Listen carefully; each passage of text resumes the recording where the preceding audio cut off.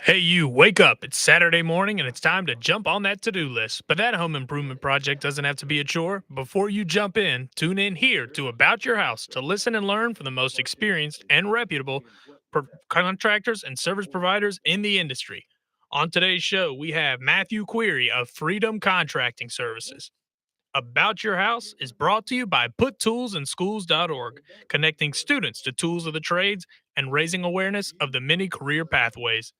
Also brought to you in part by Carolina Foundation Solutions, a licensed general contractor in North and South Carolina. From the hills to the coast, if you have a problem, they have a solution. So sit back, relax, and enjoy some time with us as we spread a little love. And now, here's your host, Ray Terry.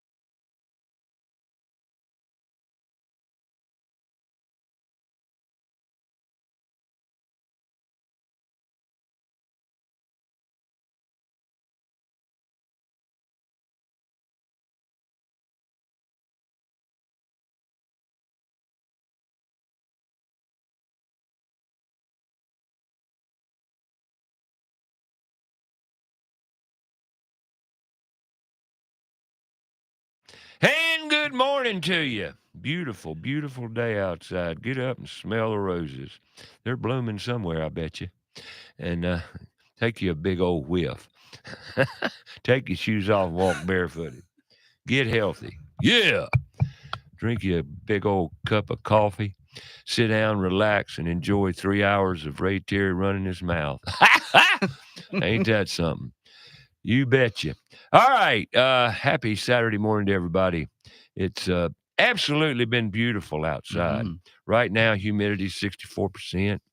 Going to get up to, 90. Going to get up and crack 90 today. That ain't pretty.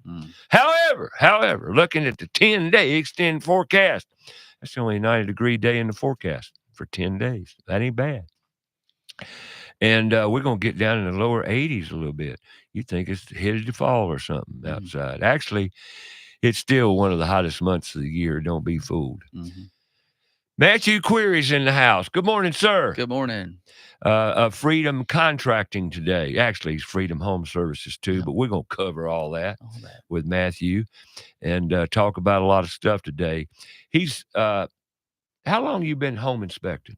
Coming up on 9 years. 9 years. Now, I know you were on the show before. Yes. But that was your rookie show. Rookie show. I mean, it's the first time you're on the show. It's acclimation time. Yeah. You acclimated. Okay. I'm going to go back and we're going to cover Matthew because before you brought Thomas with you. I did. And now you've told me, just kind of brief y'all, he was Freedom Home Services, primarily home inspection and some sideline contracting, right? Somewhat. Yep. But all that was is a transition. Yep. For you. And all right, you went into home inspection. I did. And where are you from? Indiana, originally. Indiana. Yeah. And I know I asked you before, but I got to ask you again. It's okay. What brought you to Charlotte? Job, got laid off. I was with a bigger home builder up in Indiana. Yeah, that's right. You were in home building. Yep. And then got How long laid. were you with the home builder? Well, wasn't with them for very long. Okay. Like 3 months, and Okay. then gone. What happened? The recession started. Okay, 2008. Well, it was before then. So Before this that, is okay. 2005. So up in Indiana, in the Okay. Midwest, it started to hit earlier. I got you.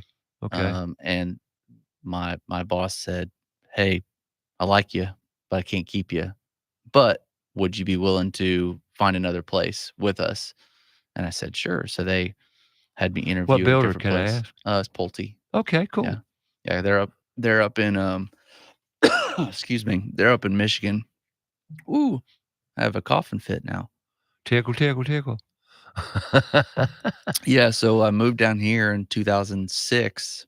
Actually, I visited in January 2006, and it was green and beautiful, and I'm like, "Wow, this place exists?" Yeah, Because it's gray and it's not pretty in Indiana during the wintertime. gotcha. Very just overcast pretty much all the time. And Like I was Seattle. like, yeah, I've never Seattle been, rains all yeah, the time. never, yeah. So I moved down here, and then a year later met my wife, or who would be then who would become my wife, and stayed. She's from here, so Cool. She's born and raised in Charlotte. yep, Cool. yep. And then got laid off again in 2008 from the same builder. So, but that's kind of the same. Welcome to residential building. Exactly. I mean, my story is not much different, except maybe that I did a move. On that note, the one thing I know for a fact, because I've been in the industry over 50 years, and I personally have been through 5 recessions. Sure. And I will honestly say Charlotte, North Carolina has been very, very good to me. But it's actually good to remodeling. It's good to the home improvement industry, which I've been a part of now since I walked out of Garinger High School, I think. When I started to learn construction, just like you, going into with Pulte. What got you with Pulte? How'd you get into construction? Going way back.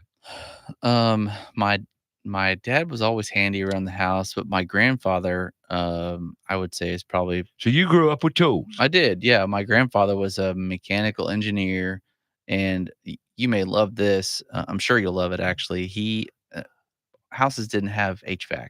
Buildings didn't have HVAC, right? Up in Indiana, right? Yeah. Okay. One of his jobs as a mechanical engineer, he worked for. I'll remember it here in a minute, but large HVAC contractor. He would be in charge of designing the plans to take a building that had never been built for HVAC and install HVAC into it. Right. And so re-engineer it. Exactly. And so for heating and air. Pretty cool. But one of my favorite memories of going to my grandfather's house was going down in the basement. He had a shop down there, and the tools. smell of wood, the sawdust. Oh man, I love that. If they could make they probably do have a deodorant that smells like sawdust. Sawdust. Yeah, I love it. For the contracting man. You know that what you just said is so true of a wood shop. Yeah. And it's like, wow. Yeah. On that note, I've got to take it to this week.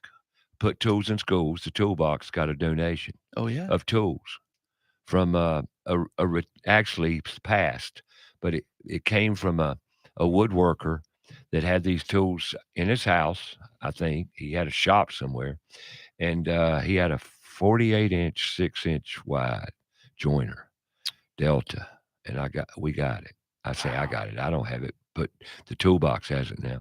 Bandsaw, a nice disc sander. Man, nice stuff, good stuff. And thank you. Thank you. I don't know the name because it was held from me, but I'm so grateful. These are the donations that the Toolbox put Tools in Schools. The Toolbox is going to be a learning lab. But anyway, back to the woodworking. So we got all this woodworking equipment. I'm excited. Yeah. But now I've got to find a dust collection system. Oh. Well, your grandfather probably didn't have a dust collection Actually, system. he did. Really? Awesome. He was an engineer in heating and air. There you go. He stuck radiant floor heating in his basement. Oh, I yeah. mean, he's also, after he died, it's, and maybe you can expand on this, but I think even me as a young person back then, I didn't take full advantage of the knowledge that was right in front of You me. had no idea. And then he died, and we're cleaning stuff out, and we're over reminiscing, and they're like, "Oh yeah, I'm back exploring in the basement, and there are these pipes coming up out of the ground. What's that? Oh, Grandpa put in radiant floor heating. What? Wow. Yeah. In like the 60s, Yeah. I or know, yeah. It just works. It's common it's sense crazy. Yeah. principle. Yeah. All you need is a boiler, a heater Yeah. to heat the water, Yeah. and circulator pump. That's it. Pretty simple. Yeah. And it radiates from there. Yeah. My goodness, how simple can it get? It's complicated in installation, the system and infrastructure to make it work, Mhm. But you talk about the knowledge you had right in front of Mhm, you, right? mhm. I got to share something with everybody. This is my week.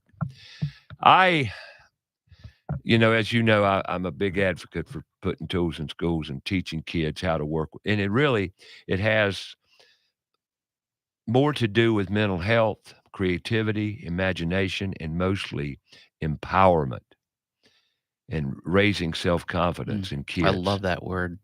But I love to empower people, Mhm. and you can relate to this because of your grandfather and your father and what you've done in your life. When you have the ability to look at something that's broken and it's a challenge and it's affecting someone's life, and you can look at it and fix it, repair it, and make it go away, would that not empower you? Mm. Would that not make you feel like a Superman Yeah. in a certain way? Well, why do you think that so much DIY exists? Exactly. Uh-huh. Exactly. And it's running rampant right now. But Yeah. anyway, I got an opportunity about 7 years ago, and I'm going to tell this story. Actually, the first time I've told this complete story to anyone. About 7 years ago, as I was reminded by this young gentleman this week, I met a young teenage boy at AG Alexander Graham Middle School under the guidance and mentorship of Pete Sheppel, Chelms with F3. And Pete, since then, and that's where I met Pete as well, because he called me as a result of listening to this show and said, "Ray, could you come over here and look what we're doing or what?" Sure, yeah, I'd love to. So I went over and met this young man, Jaquan Inbrack is his name. That was 7 years ago.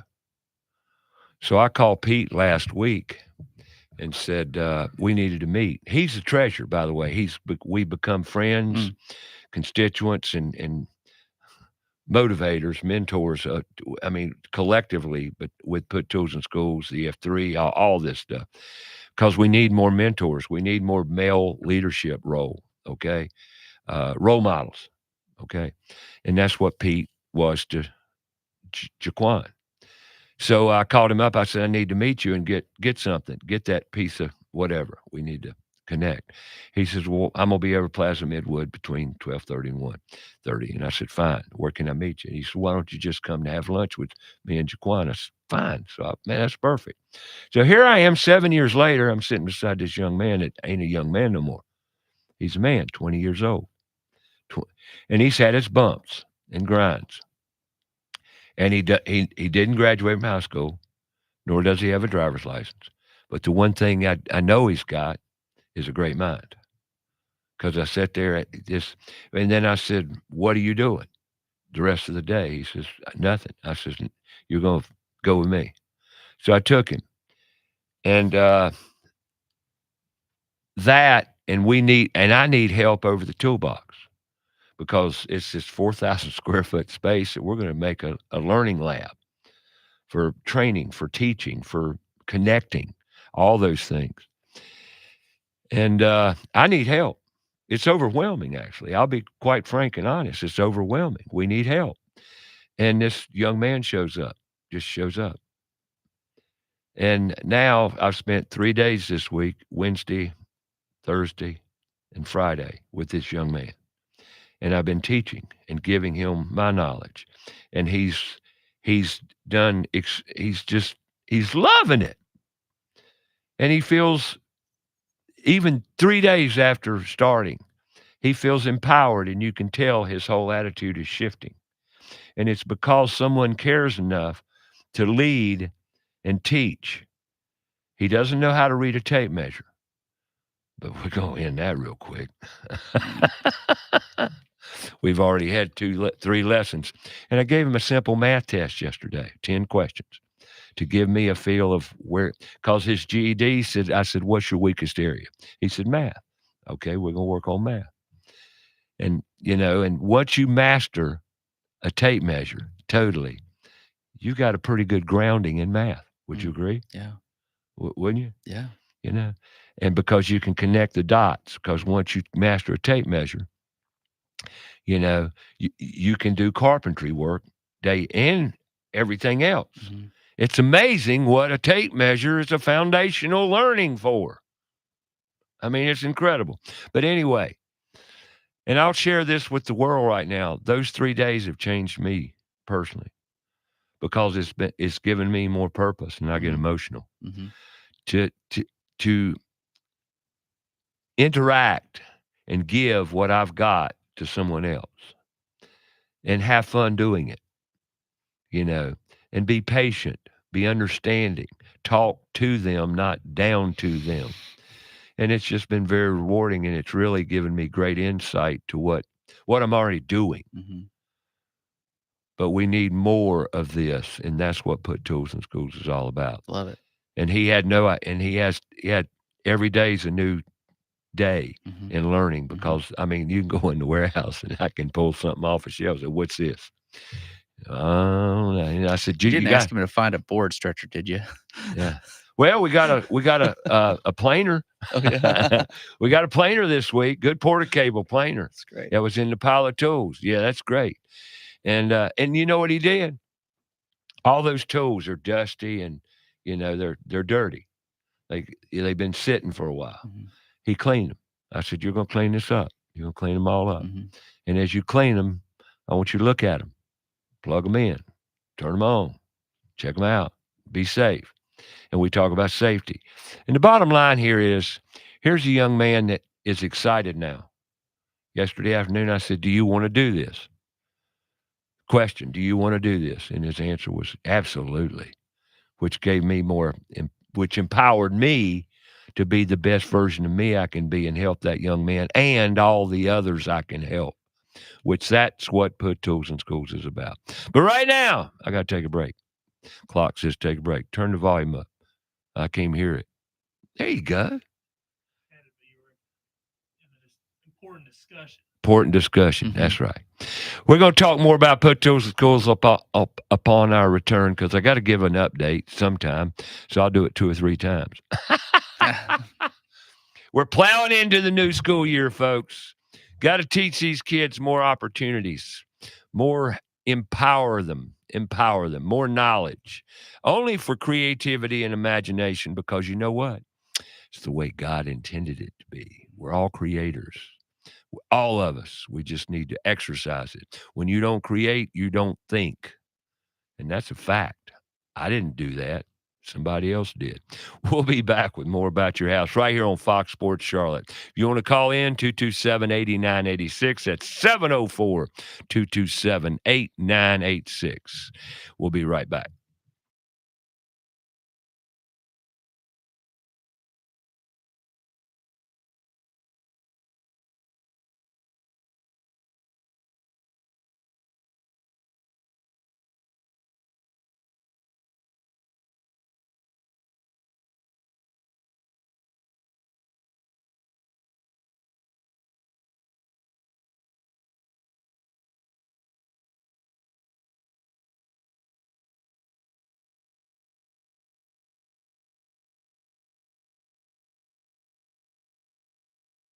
Go to our Facebook page, About Your House Radio. We'll be right back after a word from our sponsor. Carolina Foundation Solutions is a family-owned and operated company and a licensed general contractor in North and South Carolina, providing foundation solutions from the mountains to the sandy shores of the coast. At Carolina Foundation Solutions, our objective is to help educate, offer guidance, and provide assistance. With over 200 years of combined experience, our family of experts are ready to help protect and repair your largest investments. If you have a problem, we have a solution. Call 877-883-4626 or online, carolinafoundationsolutions.com. Summer heat is here, along with the humidity. Will your air conditioner provide the comfort needed? ABS Insulating can provide the resources to give you comfort this summer and all year. ABS Insulating uses the latest technology and products to insulate and seal the envelope of your home, creating a comfortable environment all year long, also extending the life of the air conditioning. Call ABS Insulating today for lasting comfort tomorrow. 704-821-4343 or absinsulating.com. Owens Chimney Systems is known for all professional chimney services since 1989, including chimney cleaning, recommended annually, chimney evaluations and inspections, any and all chimney repairs and restorations, gas fireplace and gas fire log service, furnace cleaning, cleaning out one of the most overlooked appliances in the home. Get it done right the first time. That's Owens Chimney Systems at 704-554-9595. Or you can visit us online at owenschimneysystems.com. Have a comment or question for the show? Call us 704-227-8986. That's 704-227-8986. Now, back to the show.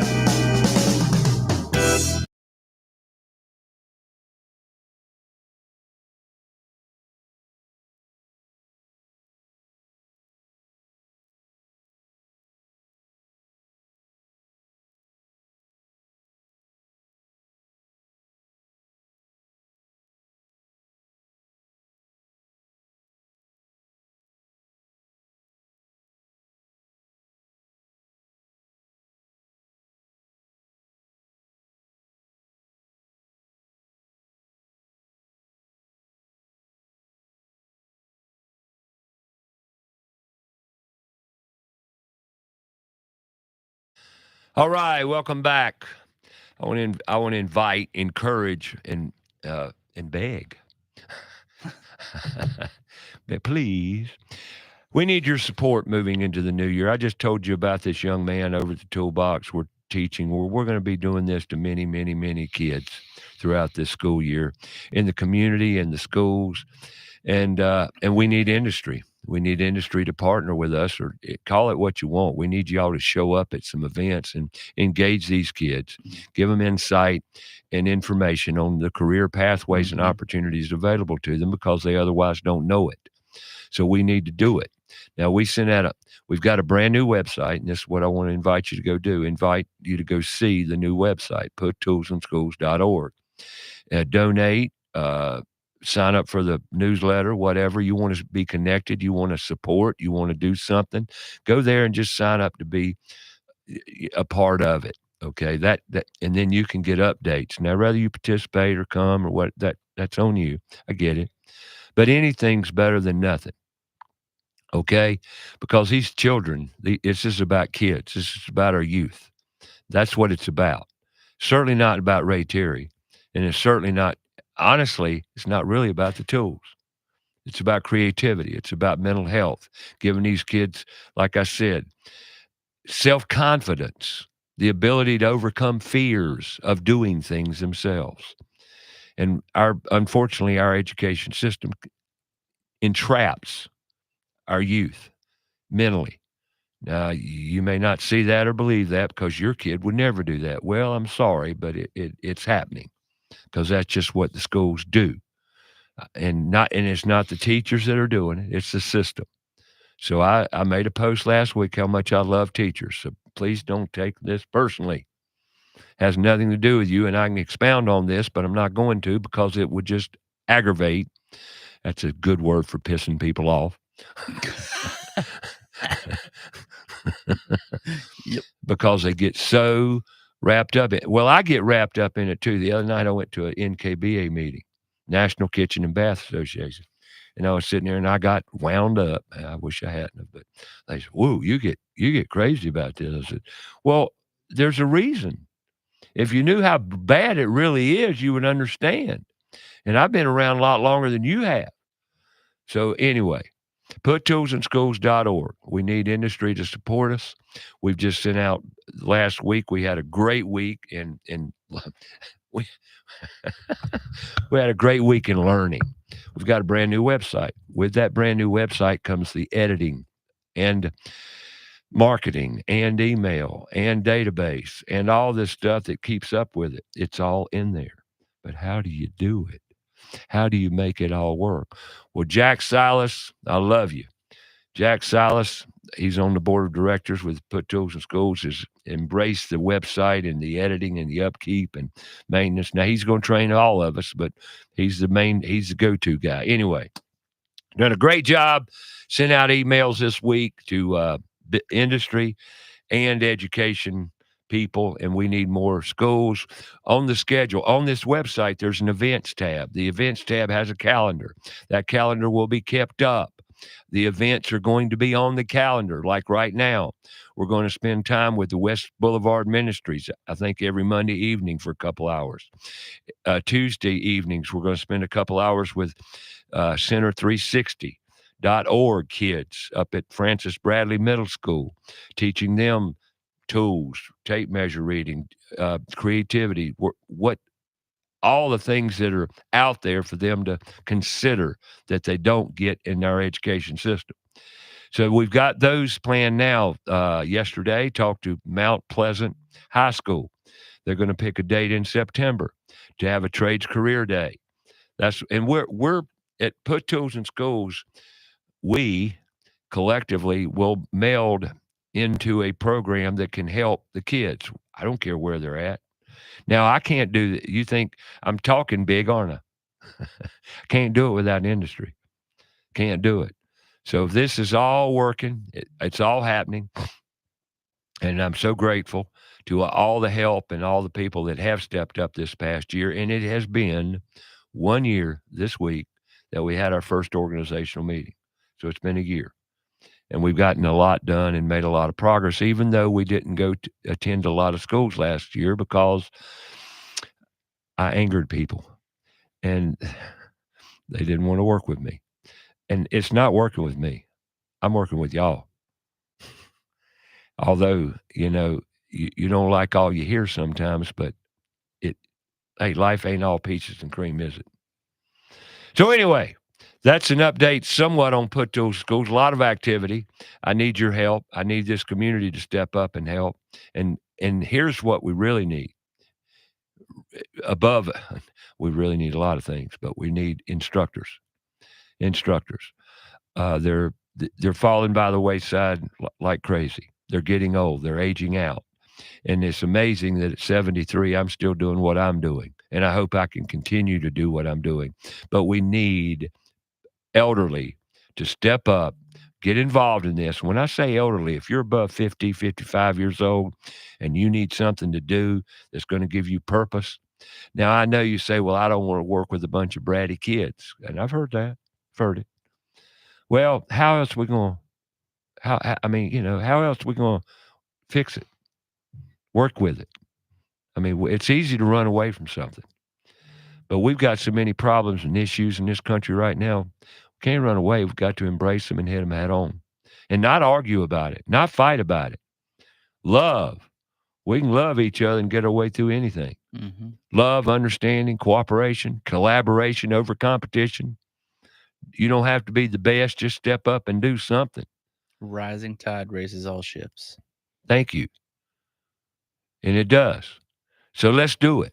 Let's do it. I need help. I need involvement.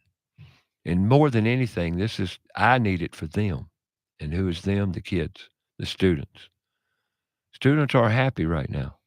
They're not. Speaking of kids, Matthew Query, how many kids you got? I got 4 kids. 4 kids. God, you just started. You didn't waste no time, did you? 12, 10. No, you didn't waste time. You 8. just plowed right in there, boy. You started plowing the garden immediately. Yep. Sowing them seeds. And look what happened. Yep. Be fruitful and multiply. So you got 12-year-old? 12, 10, 8, and 4. You done? Yes. You're done. Yes, Okay. officially. It would be immaculate conception if we had another one. Well, I say if you're done, you'll know if you're done if you really want to be done. Oh, yeah. You can fix that stuff. Yeah. So, Yeah. It has been. okay, cool. Yeah. You live in South Carolina, don't you? I do, Rock Hill. Did you move to Rock Hill when you moved south? I did, actually. The HR lady at Pulte actually recommended that I look at Fort Mill, Rock Hill. That's a good choice. Yeah, because she said you'll find a lot cheaper rent down there, and it's really only a 20-minute drive. And I looked down there and I was like, hey, That was it 20-minute drive. was. Yeah. Key word. Depends on where you live now. We still live pretty close to the interstate, which is great. So still not too bad of a drive. But you know, I know I rant a lot about traffic in Charlotte. But yesterday, we don't live in Atlanta, at least. I hear that a lot, and I never go to Atlanta. I can't even remember if I've ever been to Atlanta proper. I mean, I really can't. I don't think I've ever gone to Atlanta to visit, or I rode through it once or twice going south. But outside of that, no. But just yesterday, I had to take Jaquan home, right? He lives about 3-5 miles from me. So I'm taking him home. We're going down Graham Street at 4 o'clock. 4 o'clock in the afternoon, Friday afternoon. And I'm taking him, I'm headed into town, and I'm going up Graham Street from 85, from I-85. Traffic was backed up for at least 4 miles into town. Not 4 miles, that's exaggerating. At least 2, which is 2 miles a long way. I've never in my life, and I've been out in that area now 14 years. Never have I seen it as bad as it was yesterday. On Friday, rush hour starts about 1 o'clock. Man, it's terrible. It is getting so bad in Charlotte, the traffic, it's unreal. In 77, I've just all but written that off at certain times of the day. You know what I'd like to push for is for them to extend the light rail down into South Carolina. Oh, if you look at the original plans for light rail, they had a Jim Dandy magnanimous plan. It would be amazing. Yeah, I think it would be solve fantastic. a lot of things for people that are just driving uptown every day. Charlotte has a inadequate mass transit system. Well, for the size city it is. The whole of the United States does. I mean, Well, I've been in other comparison cities that really had great mass transit. Great, relatively speaking. I never looked at it until I saw a really great mass transit system. Then I said, well, why don't we do that? You know? Yeah. Anyway. Okay. You came to Charlotte and you got with Pulte. Did. And then Pulte laid you off. Pulte. Then what? After Pulte, and you got back with Pulte here, and then you got laid off again. So what'd you do? Whatever I could do to make money using my hands. Didn't collect any unemployment. You know, I would go out pressure wash. I tried to get jobs at Lowe's. Tried to do little handyman jobs. When you said you tried to get jobs at Lowe's, what happened? Everyone else who was getting laid off went to Lowe's as well. I got you.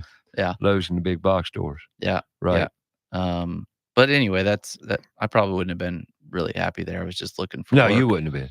No, I remember there was a time even where we were just kind of scraping things together, and we would go out. My wife and I, we would go out in the morning when we knew when trash day was. So we would drive around the night before and find things that people were throwing out. Yeah, and sure. I would repair them, and I'd sell them back on Craigslist, which still exists, but is not a safe place nowadays. So, made a few extra bucks that way, but I eventually got picked up doing modular home construction. Got hired on as the project manager in a factory. No, okay. I was I drove around. You did site work. Okay. North and South Carolina is great experience. So septic, well. Yeah, you did infrastructure on land. Yeah, making sure the foundation was built before the boxes got there. Yeah, I get it. Yeah, that's awesome. So, but I did get to go to the factories. I bet you had to. It was great. It was a really cool experience to see it. I'm glad you brought that up because, that's something that I've gone through. Obviously, in 50-something years, I've seen basically all kinds of construction. Mm-hmm.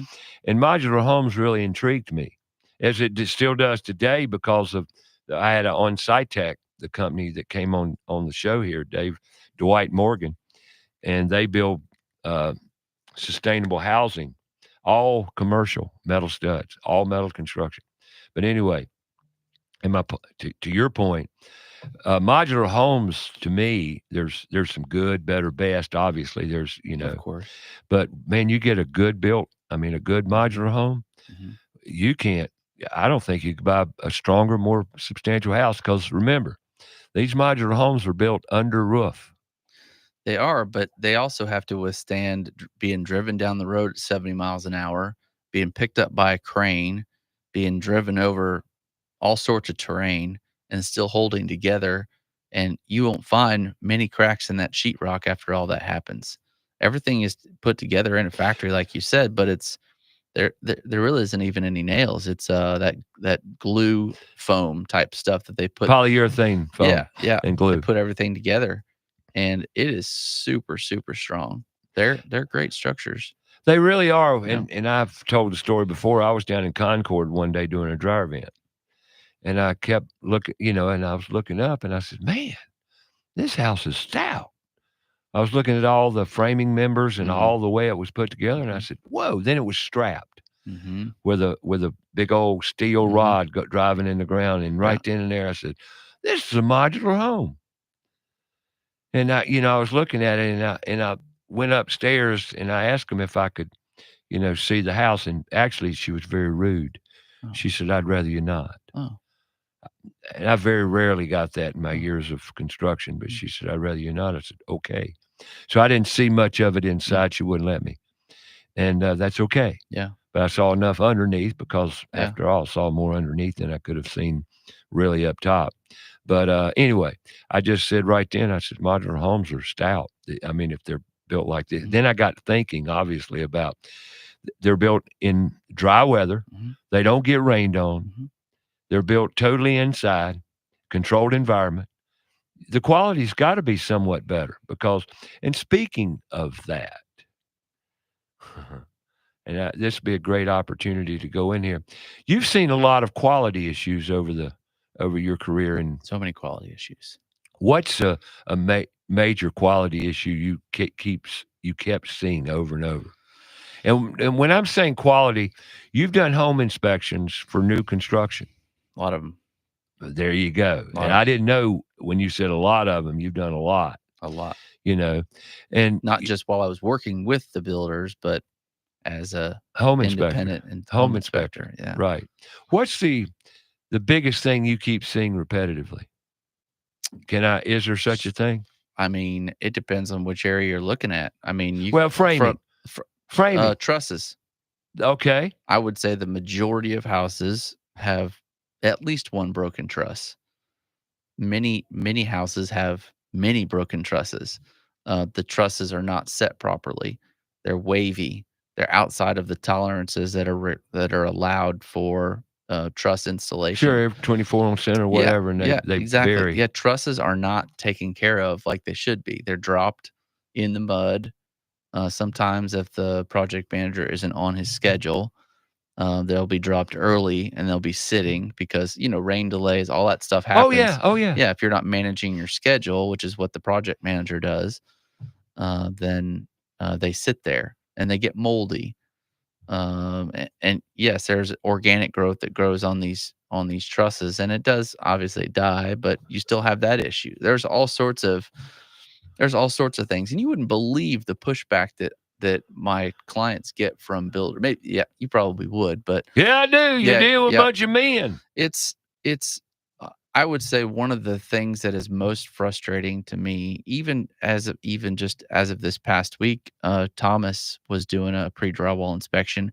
Every single time we do a pre-drywall inspection, the superintendent says something to the effect of, "We're not allowed to give you the plans because it's proprietary information." That is total bunk. It is total BS. It's That's total bunk right it's- there, buddy. It's terrible. So here's a couple of facts for you.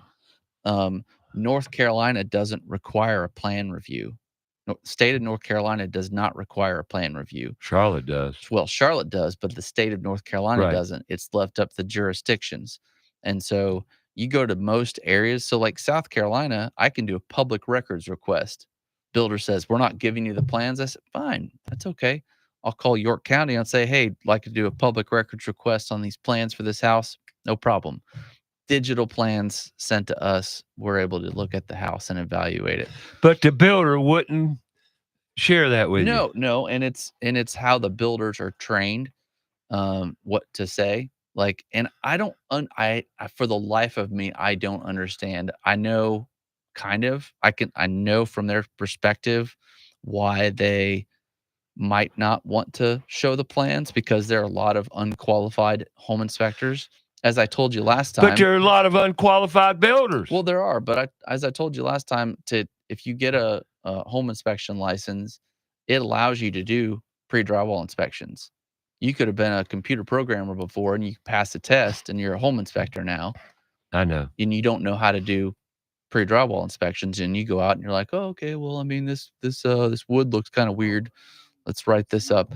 And so, there's unqualified people that don't know how to read plans. I get that, but I know how to read them. I'm requesting them. I'm looking at them. I'm literally helping you because I've done warranty for builders too. 10 years plus I've done warranty. That's awesome. Well, not 10 years doing warranty, but I've dealt with houses that are 10 plus years old where they have the 10-year structural warranty, and there are major issues. Portions of houses have to be torn apart, and it costs the builder a lot of money.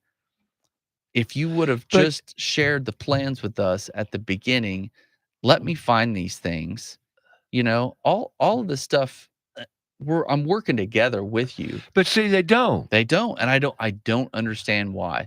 That is one of the biggest challenges that we as home inspectors face, is that It's become, and it's always been somewhat adversarial. Okay, and I know that but let me elaborate on that because I've run down this road many times, and actually, it was years before I had a home inspector on the show because of the nature of the beast, you might say. Okay, because home inspectors, we didn't like them, and why? I didn't like them because they were dummies. Better word for it, but I'll just leave it at that. They were dummies. Okay, and they would come out there and write up stuff that made no sense whatsoever. Kill the deal. Kills the deal, and everything else, and cause more problems. And and it's lack of knowledge. It's just stupidity, actually.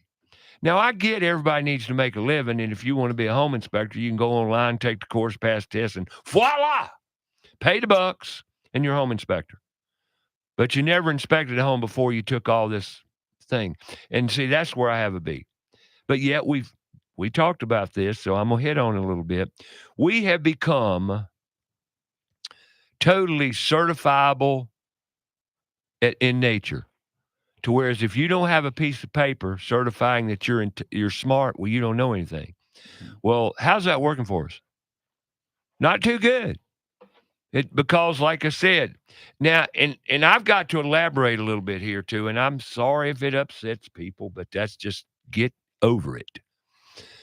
To be a contractor in the state of North Carolina, you have to pass a test, a contractor's license test, be it limited or unlimited, whichever you go for. You got to have money in the bank. I'm not sure how much at this point, but you got to have money in the bank. Let me stop here. I'm being pushed out on a break. And I come back, I want to talk about this because this in here is part of what we're talking about right now. Quality, craftsmanship. And I'm telling you why it's happening. I've watched it. It's just my opinion. Take it for what you're paying for it. I'll give you money back, full guarantee. Well, let's talk about it. We'll talk about more stuff on About Your House. Got Matthew Query here from Freedom Contracting and Freedom Home Services. We're going to talk about the home services first. We're going to find out what he aspires to go for. So many aspirations. He's in the mood. All right. About Your House. Come back. We'll be here.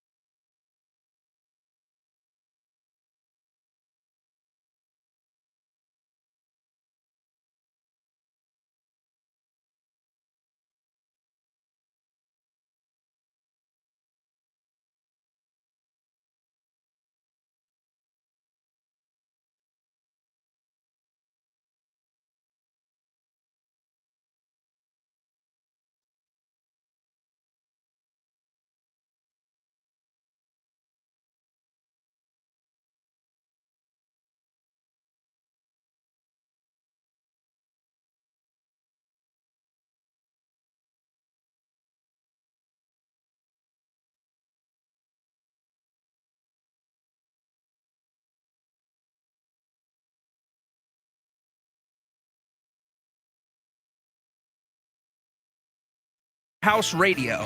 We'll be right back after a word from our sponsors. Hey everybody, Hacksaw Helbig here, and I'm here to talk to you guys about the grand opening of Crown Town Cannabis here in South End. That's right, 115 East Park Avenue. You'll see a big sign that says Crown Town Cannabis. You can't miss it. Come on over today, grand opening. They got a lot of stuff going on. First 30 purchases will get a goodie bag today, so get there. Doors open at 10 o'clock. There's also going to be a DJ at 12 p.m. to 4. There's also going to be a taco bar starting at 11:30. And also there is going to be cannabis infused pizzas by our own local pizzeria, Libretto's Pizzeria. I know where I'm eating lunch. Yeah. So come on. Ray's going to be there. I'm going to be there. Come on out. That's Crown Town Cannabis, 115 East Park Avenue. If you plug in that in your phone, that's 115 East Park Avenue, Unit D. Let's face it, we do not like bugs and especially spiders and ants. Unwanted pests in the home are not only creepy, they can also spread sickness and cause significant damage to the structural integrity of our homes. Kilo Exterminating has been taking care of pest control problems in the Charlotte area for over 70 years with award-winning customer service. Moisture readings are standard with all crawl space inspection. Call Kilo Exterminating at the first sign of infestation, 704-333-9855, or online at kilo.biz. Again, that's 704-333-9855. Hi, Roddy Player here with Queen City Audio, Video, and Appliances. Do you ever wonder how a local, family-owned business can compete with the big box national chain stores? It's simple. We've got exclusive rebates. Queen City and our buying group negotiate with manufacturers to bring our customers rebates that will save them big money on the good stuff. And they're exclusive rebates, so you won't find them anywhere else. So buy local and save more at Queen City, where you'll always find the right product, right price, and real answers guaranteed. Have a comment or question for the show? Call us 704-227-8986. That's 704-227-8986. Now, back to the show.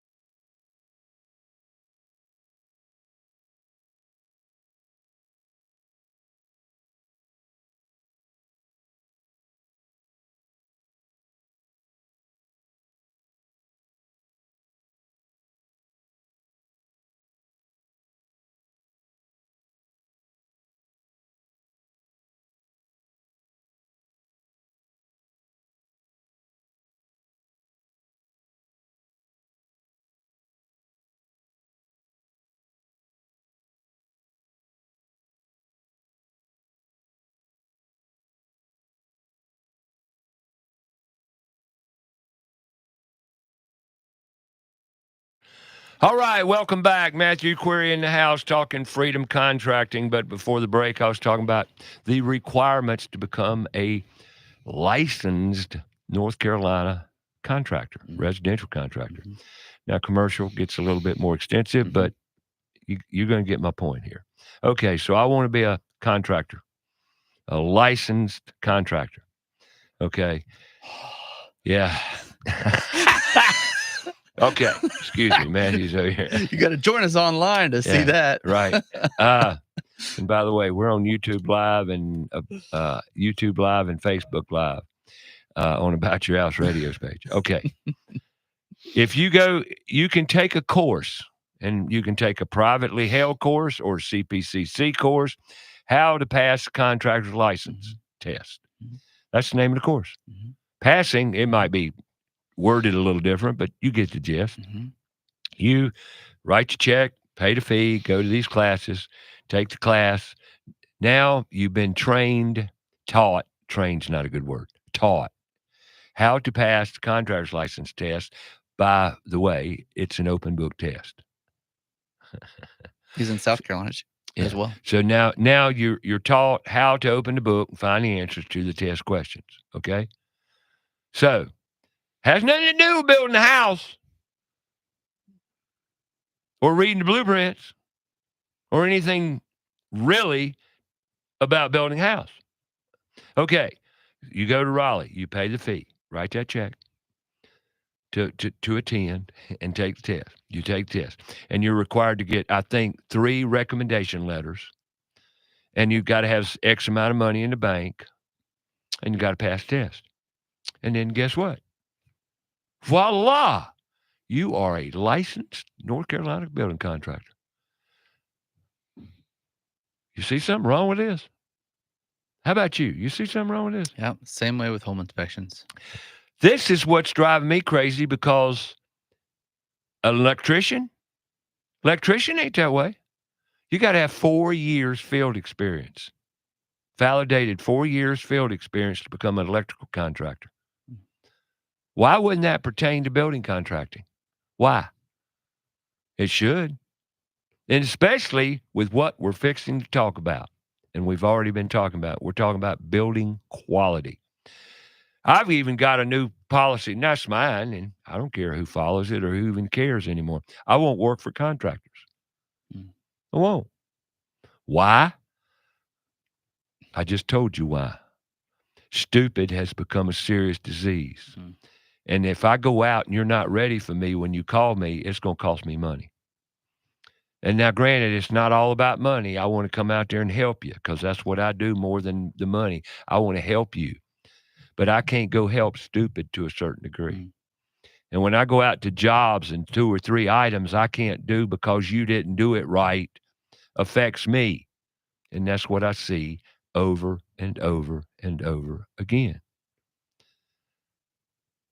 And, you know, and that's what I'm talking about here. It's a quality thing. And you know what? You listening here as a homeowner, you deal with this all the time.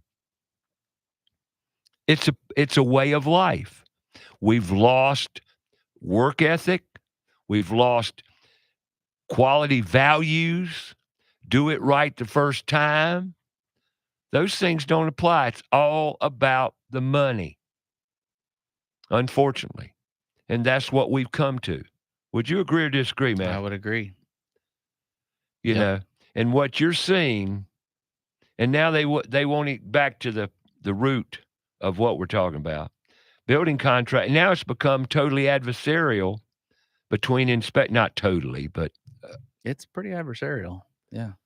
You know, and we're always bickering, and it's always something.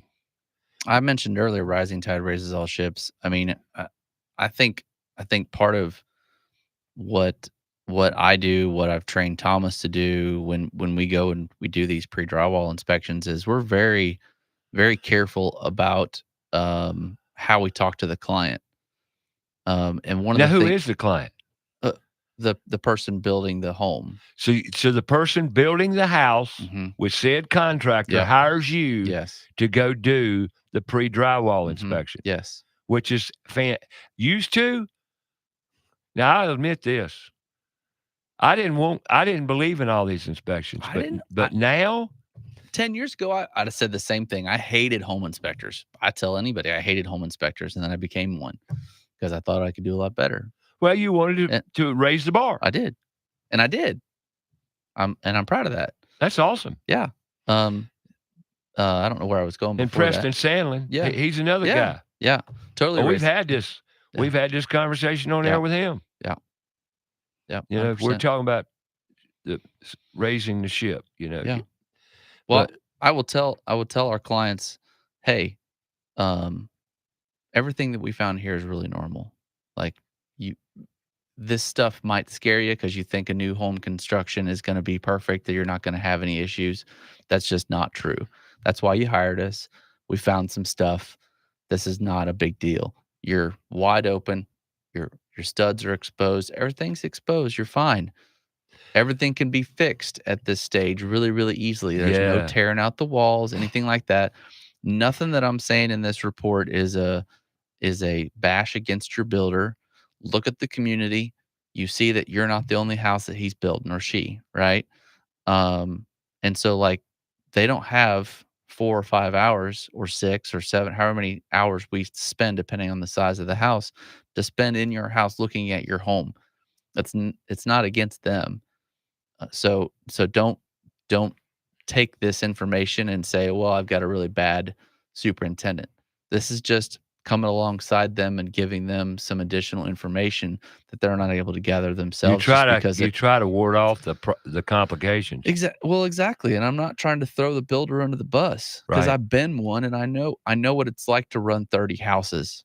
Oh yeah, it's brutal. It's not okay. You know?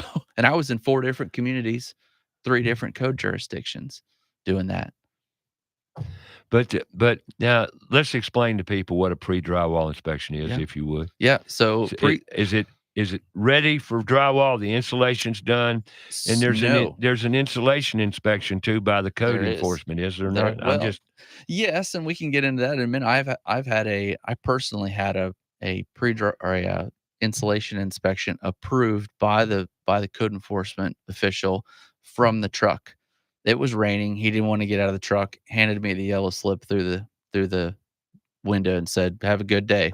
The whole second floor of the house hadn't even been insulated, and I got approved for it.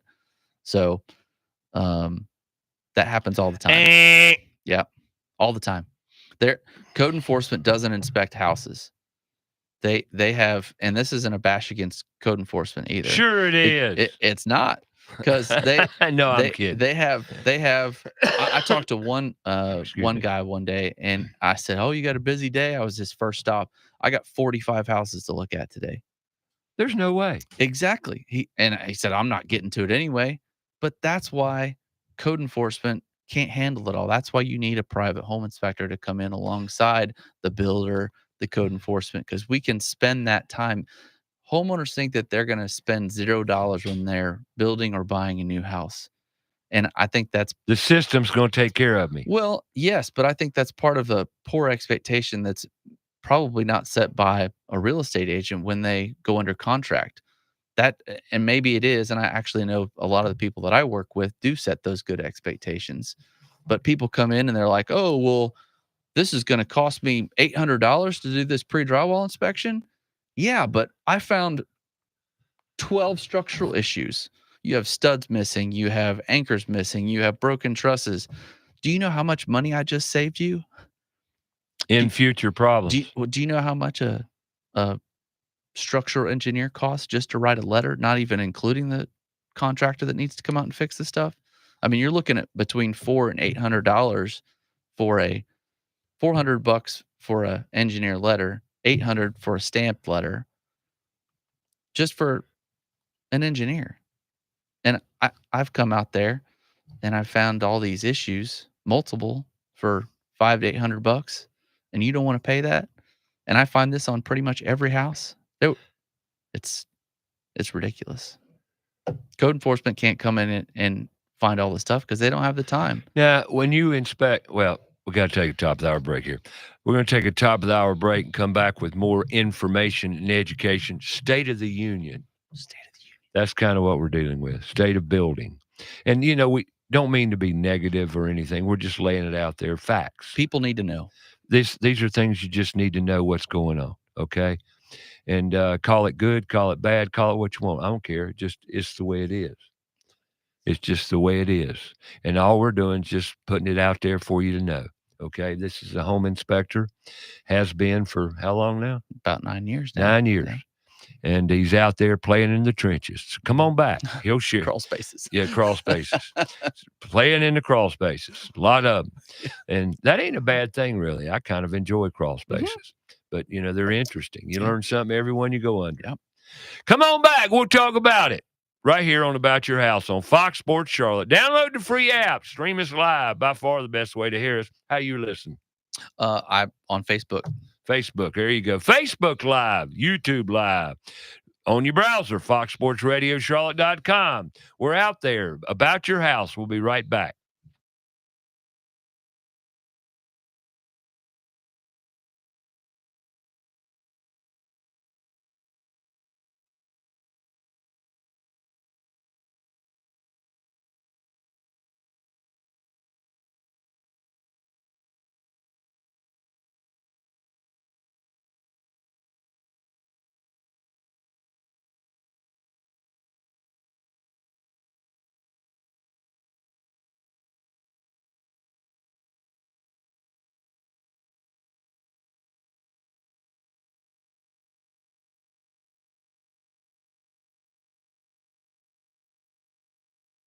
builder for some reason. Join us for hour 2 as Ray and Matthew Query of Freedom Contracting Services continue the discussion on the industry and their experiences in the field. About Your House is brought to you by PutToolsInSchools.org, connecting students to tools of the trades and raising awareness of the many career pathways. Also brought to you in part by Carolina Foundation Solutions, a licensed general contractor in North and South Carolina. From the hills to the coast, if you have a problem, they have a solution. So sit back, relax, and enjoy some time with us. We'll share our knowledge and provide encouragement to improve not just your home, but every aspect of life. And now, here's your host, Ray Terry.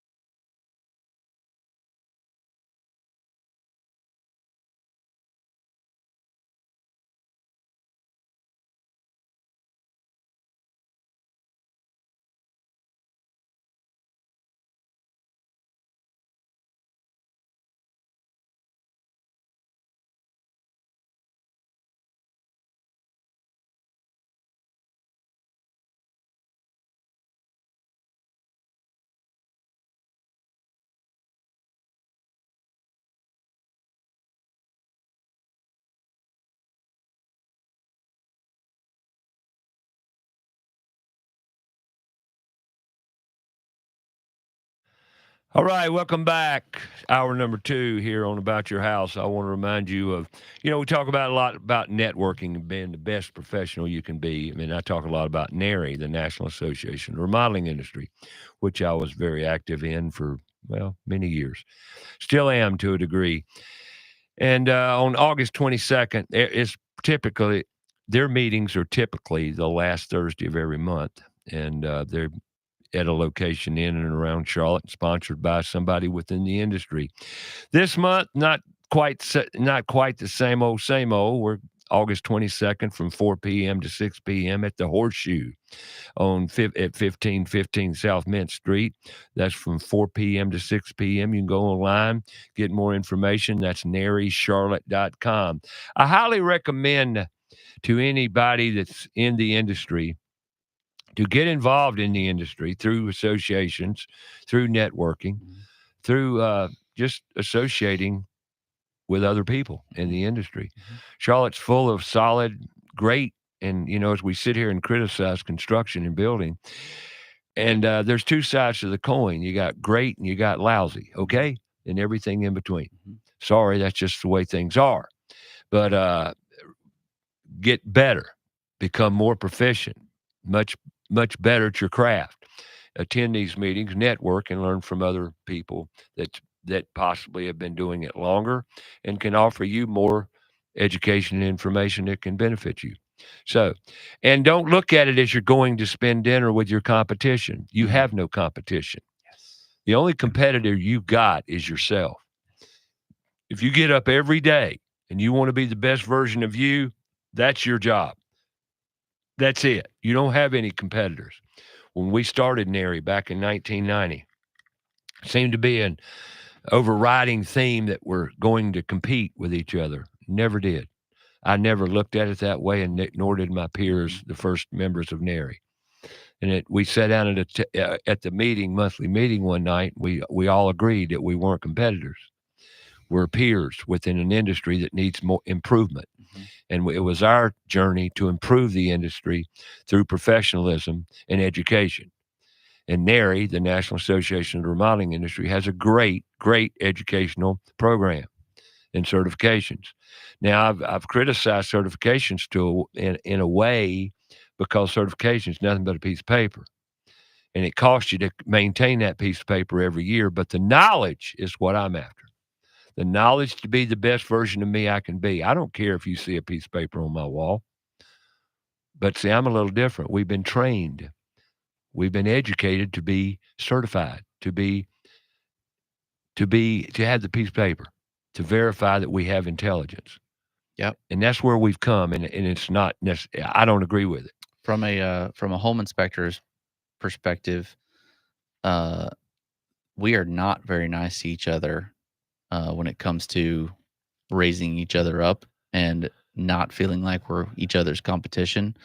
I actually got off of a lot of the Facebook pages for home inspectors because you can't ask questions of other home inspectors because you are instantly like, really? You don't know that? You're an idiot. Like, what are we here for? Like, why is that even necessary? I love associations that, like NARI, that it's not competition. I was in a home inspection group, Inspector Empire Builder, IEB, and same mentality. Like, hey, rising tide raises all ships. Multi-million-dollar inspection companies, single man operators, all just there to learn and get better. Yeah. It's not about like what you know or what you don't know, because we don't all start out knowing everything. We all learn. Absolutely. Yeah. Well, the reason we're touching on what I wanted to hit on today with you, because you have gone out there with this, and what triggered it for me is what I've experienced the past 5 years. Mm-hmm. The stupid or the poor quality. It's Poor been quality. a lot longer than 5 for me. Well, I know, but I mean, it hit home big time because it's gotten substantially worse. Yeah. In the past decade, in the new construction arena, it's gotten pretty bad. It has. And I think a lot of it, really, when it comes down to it, it's the dollar, right? You want to have a house that people can afford, but you have large builders that have these contractors, subcontractors that work for them, and they want to pay them as little as possible, right? The worker bees. Well, don't pay the worker bees. Exactly. And so, like, when it really comes down to it, the people that are out in the field that are actually doing the work, they don't care. And so you have all these people that don't care because they're not getting paid enough anyway. They're doing enough just to make a job, and make some sort of a living, and the lack of quality comes from, a lot of it has to do with the lack of knowledge. Lack of knowledge. I do see within that community, there's a lot of new people that are in there. A lot of apprentices getting trained. Love it. I don't care that you're new. That's great. You've got a guy that knows what he's great. talking. That's awesome. If you're being trained properly. Exactly. And here's the big issue right now that I experience is poor leadership. Yeah. Poor training. For example, this and I know there's a reason, and I don't know what the reason is, and it might not be very fair of me to make assumptions or even talk about it for that matter. But this young gentleman that's helping me in the toolbox, and I'm teaching. He worked with this carpenter that had these tools, not a carpenter, but this master woodworker that had these tools that were donated. And he worked with him for a month and a half. And I said, in that month and a half, he didn't teach you, he didn't work with you on how to read a tape measure? Mm. He says, no. I found that kind of like bewildering to me. Why wouldn't he teach you? But now I know why. He had Parkinson's disease. So, but you see, the point is, when we embrace these kids, our students, we need to teach them and expose them to life skills. Now I'm gonna hit on something on Put Tools in Schools that really, really bothers me, but it's been going on for years, and it happened again this week. I'm not gonna tell you what school. I'm not gonna tell you anything, but it happened. I did talk to a CDC at a high school, and we were talking about setting up a possible date for a trades career day. And I said, how many students are in the school? She told me, gave me a number, and I says, how many of those can we see? Well, you can see all of our CTE students, but the other academic students aren't allowed to go to this. And I said, I'm sorry, what did you just say? Well, the principal has said that these students don't need to attend it. And I said, that is what drives me crazy. There has become an overeducated idiot. I'm sorry, it sounds harsh, and it is. But you're telling me these skills, working with your hands, aren't applicable to these students over here because they're going to college. They're going to college. So that literally keeps them away from going to a trades career day. Does that make sense to you? It's well, I mean, it's sounds about right. It makes zero sense. So what you're doing as an educator is putting 3 buckets on the floor, tagging the buckets, labeling them, and you're putting students in the buckets. That ain't right, and it should not be done. These are life skills. And what if Miss Brainiac over here, Miss Academia, honor roll student, Betsy Sue over here wants to go to trades career day, and all of a sudden she sees something that really lights her candles, man. I want to do this. She go home and her parents say, no, you're going to college. For what? That's what we've got.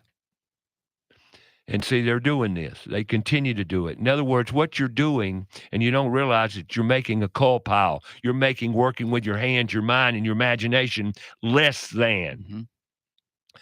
I want you to look at it. It's less than. You're setting a class structure and don't even realize it. Why? Because that's the way you've been trained. It goes on over and over and over again. And this wasn't in Mecklenburg County. That's what really got me. I said, and the saga continues. Folks, what we're talking about here is exposing kids to life skills. We say put tools in schools. When you own a house, you need tools. It never stops, does it? Nope. Never stops. And you can pay somebody or you can learn it yourself and do it. You know, now I know we've got YouTube and Google, and now we've got another brain fog technology. It's called AI. Now you really don't have to think. We're being dumbed down, folks. And we're being dumbed down big time. AI can't read a tape measure. Nope. Nope.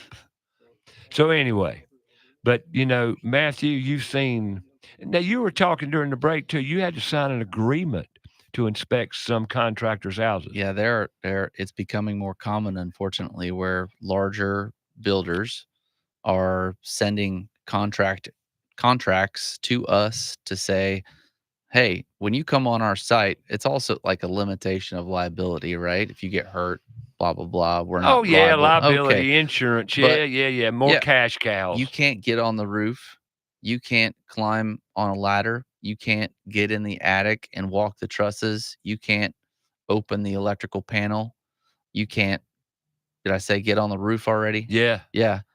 None of that stuff. Things that are actually, we don't technically have to get on the roof. They're essential to you doing your job. Yeah, exactly. And they're actually, a lot of it is required by our state standards. And they are limiting our state standards. I actually emailed Mike Haydick, who kind of runs the North Carolina inspection board up there, and I said, "Hey, we're getting all these like limitations. Is this legal? Can they make me do that?" And he said, "Yes, they can. They own the house." Like, golly. So we go in there, and I told a lady that I was telling you this on the break. Yeah, I told want to her- hear that story. I want you to tell the listeners that story. There's a lady that called and said, "Hey, I'm building with this builder, and I would like you to come do a final inspection for us." I said, "No." So I'm not coming in there to do it unless you want to hire me to come in after you close, because this builder puts all these limitations on me, and I don't feel like I can adequately inspect your house. They've taken the quality of the inspection away. Yeah, you can't even perform an inspection that's really a true inspection. No. So it kills your credibility. It does. Yeah. And so I've said no to people that call me that want to do those inspections for that builder. All right, I want you to hold that thought, because we're up against the clock here Okay. on the break. Yep. We're fixing to take a break. Matter Okay. of fact, you ready to take a break?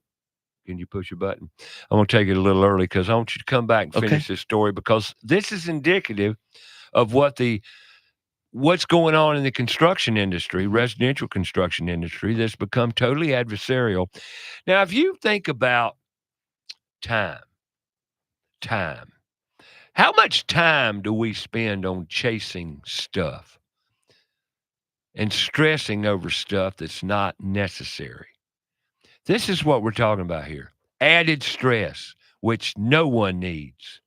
And it's all centered around two things: lack of knowledge, rules, regs, money.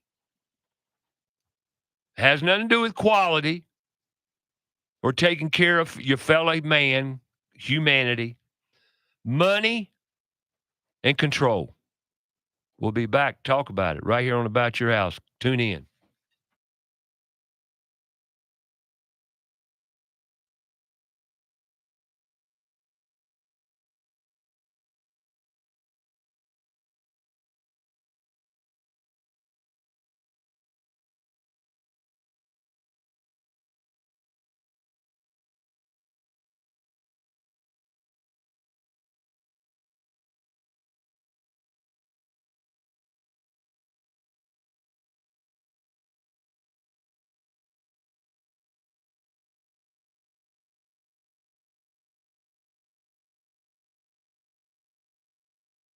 Want to find out more about the show? Go to our Facebook page, About Your House Radio.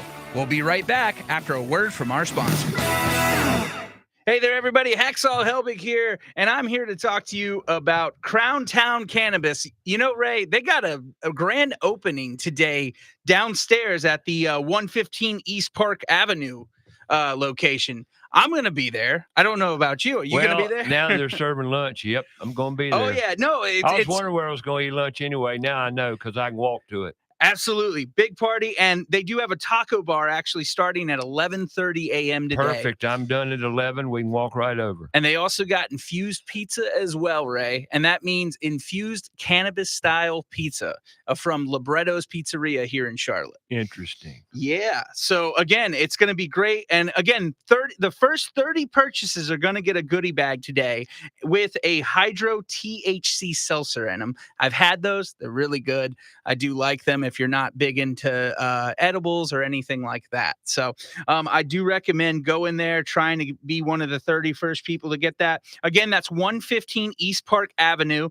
There's a big sign that says Crown Town Cannabis. You can't miss it. And if you're worried about parking, don't be. They will validate parking in the parking deck right behind the building. It, right behind the building. Again, 115 East Park Avenue. If you have any questions or anything else about it, go look them up at cltcbd.com. Whether you're building new or remodeling old, let ABS Insulating make it comfortable. ABS Insulating knows the business of comfort. Using the latest products and technology, ABS offers an array of solutions, using fiberglass and spray foam, and all installed by certified technicians. ABS Insulating has been saving energy dollars with great customer service for over 30 years. They're a leader in the industry. Call them today, 704-821-4343 or absinsulating.com. Hi, Roddy Player here with Queen City Audio, Video, and Appliances. Do you ever wonder how a local, family owned business can compete with the big box national chain stores? It's simple. We've got exclusive rebates. Queen City and our buying group negotiate with manufacturers to bring our customers rebates that will save them big money on the good stuff. And they're exclusive rebates, so you won't find them anywhere else. So buy local and save more at Queen City, where you'll always find the right product, right price, and real answers guaranteed. Let's face it, we do not like bugs and especially spiders and ants. Unwanted pests in the home are not only creepy, they can also spread sickness and cause significant damage to the structural integrity of our homes. Kilo Exterminating has been taking care of pest control problems in the Charlotte area for over 70 years with award-winning customer service. Moisture readings are standard with all crawl space inspection. Call Kilo Exterminating at the first sign of infestation, 704-333-9855, or online at kilo.biz. Again, that's 704-333-9855. Have a comment or question for the show? Call us 704-227-8986. That's 704-227-8986. Now, back to the show.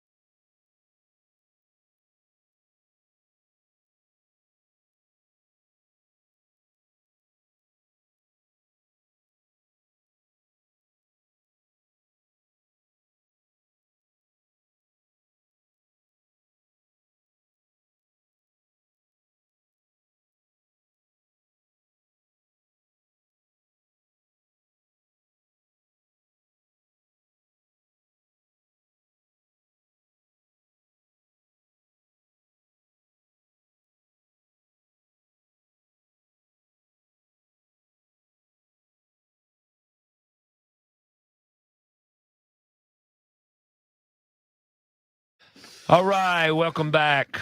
Got Matthew Query in the house talking home inspections and the quality around building currently today, and I would say in America.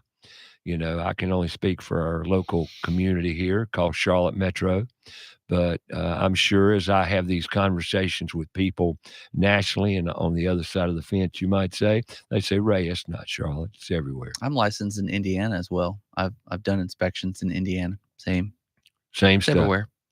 Same stuff, different city. Yeah. All right, you were talking about a lady that called you. Yes. So she called.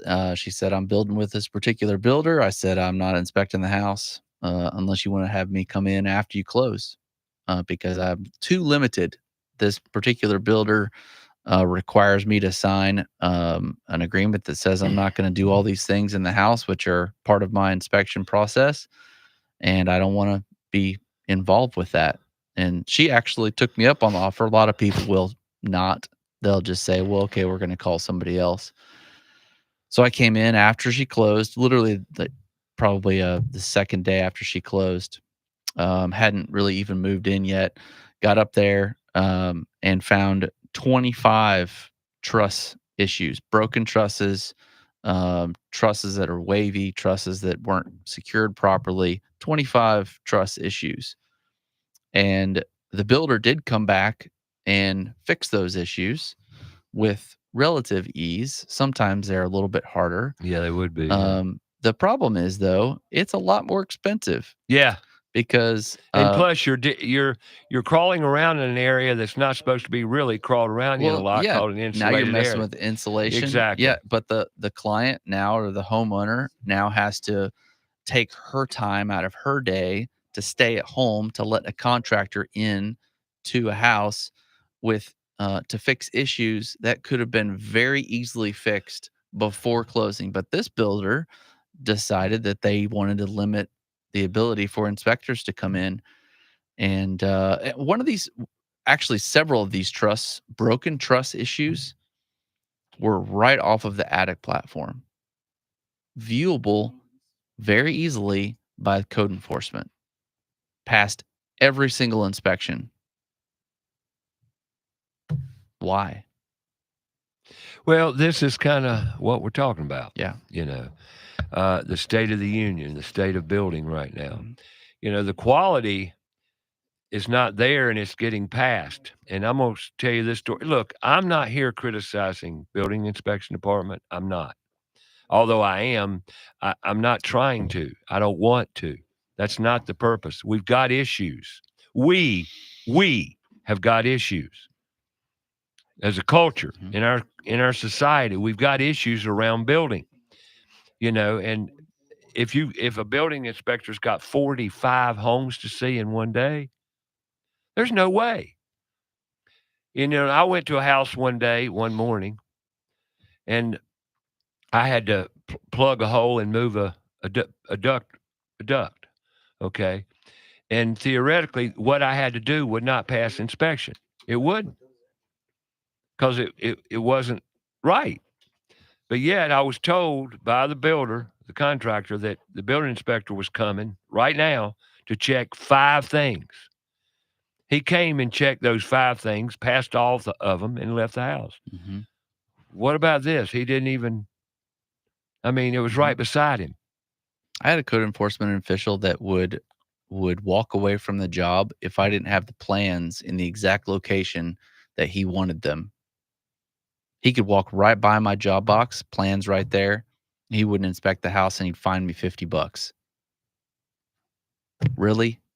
Like, you have the time to be able to come back and look at you don't even look at the plans. He didn't even look at the plans. He just wanted them. You build I tell people all the time about this. You don't build to code. You build to the expectations of that code enforcement official that's assigned to your job. It's terrible. Like, they have the 5 things that they look at. Okay, cool. I remember building that way. And then I got a new guy and he came in and failed me. It's like, well, you're looking at different stuff. Now I know what this guy's looking at. Right? It's not right. Does it frustrate you? Oh man, frustrates me so much. And it doesn't make your job easier. It adds complications and stress to something that doesn't need to be done. Yeah, that's true. But I'm okay being able to go out and do a job and inspect a house, and there be problems. I'm okay with that. What I'm not okay with is a builder saying, "You're not allowed to inspect this house. I'm not going to provide you with the plans." What they're really saying is, I don't really give a crap about what my house looks like. I don't, because I'm more worried about what you're going to find and what you're going to show the homeowner that we missed than actually getting the house right. All right. This isn't every builder. I know. It's a systemic problem. It's a overall problem out there problem in the building industry. All right. And here's what I want to reflect on a little bit. Why? I'm not a blamer. I don't want to blame everybody particularly, because they've been brought in on it and they're playing the game the builders are playing. But where's the problem? The problem is lack of knowledge from the builders and the employees of that builder. And now you're saying, well, where do we find good people? Let's put tools in schools. It goes right back to we're not teaching our kids work ethic, all the values, telling the truth, not to blame, to accept responsibility. These are the values I'm talking about that are the problem. Do you know that people are so very accepting? If I make a mistake and I go to them and say, "Hey, I screwed up," people are actually really, by and large, very accepting and okay with you making mistakes. What they're not okay with is you lying and then it comes out later. That's the issue right there. If we all just learn values, we don't use values anymore. Yeah. We're playing games. We're lying. We're deceiving. We're manipulating. And this is what's going on. How did we get here? Lack of knowledge, lack of self-respect, lack of disciplines, owning who and what we are. And this is causing tremendous issues. And appreciate you sharing all this because I didn't realize has become more adversarial than it's ever been, it sounds like.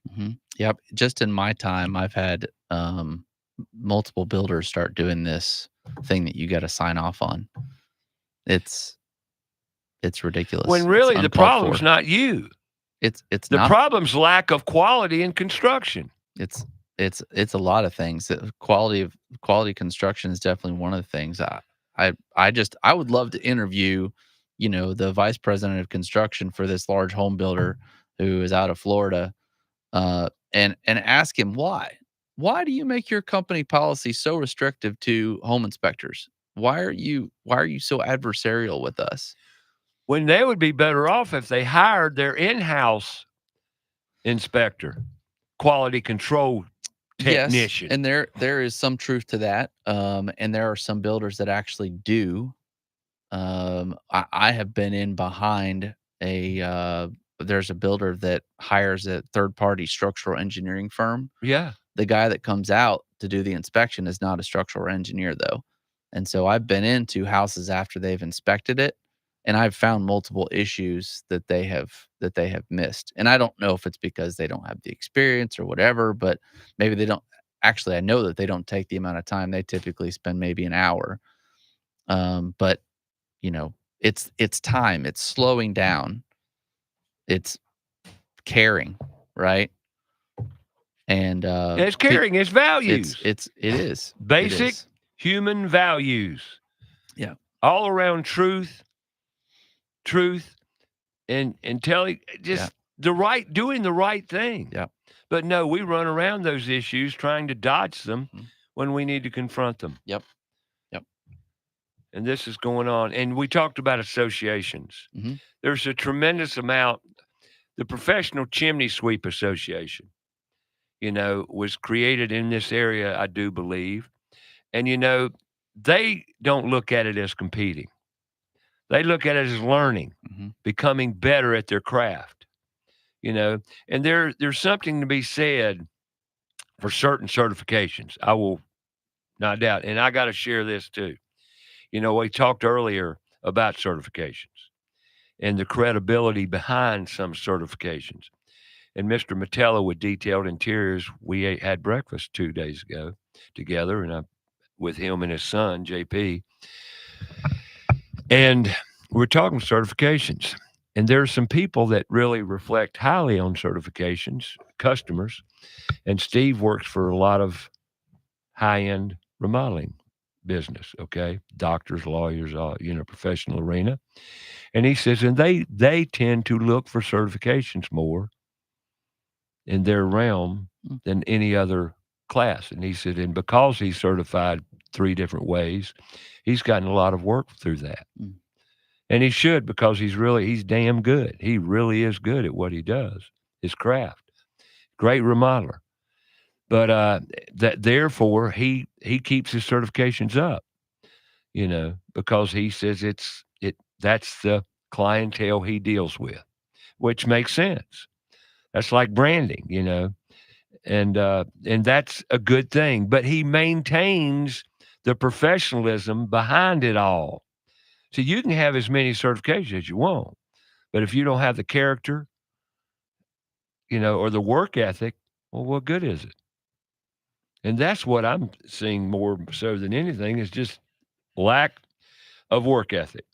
It's like teaching someone, a child, to clean up your room. You clean up your room at the beginning of every day. Okay, if you want to do it at the end of every day, that's fine. As long as you do it every day, it's discipline. You do it. When you're working on a construction job, you clean up after every task. Clean as you go. That's a discipline. Then at the end of every day, you roll the drop cords up, the air hoses up in a nice, neat way, and you put it away. That's a discipline. That's doing the job right. Well, who says it's right? Well, it's more safety oriented. You're not going to trip over cords. You're not going to trip over air hoses. It's neater. You can get around. And guess what? You can sweep up your mess easier. Now, these are little things, right?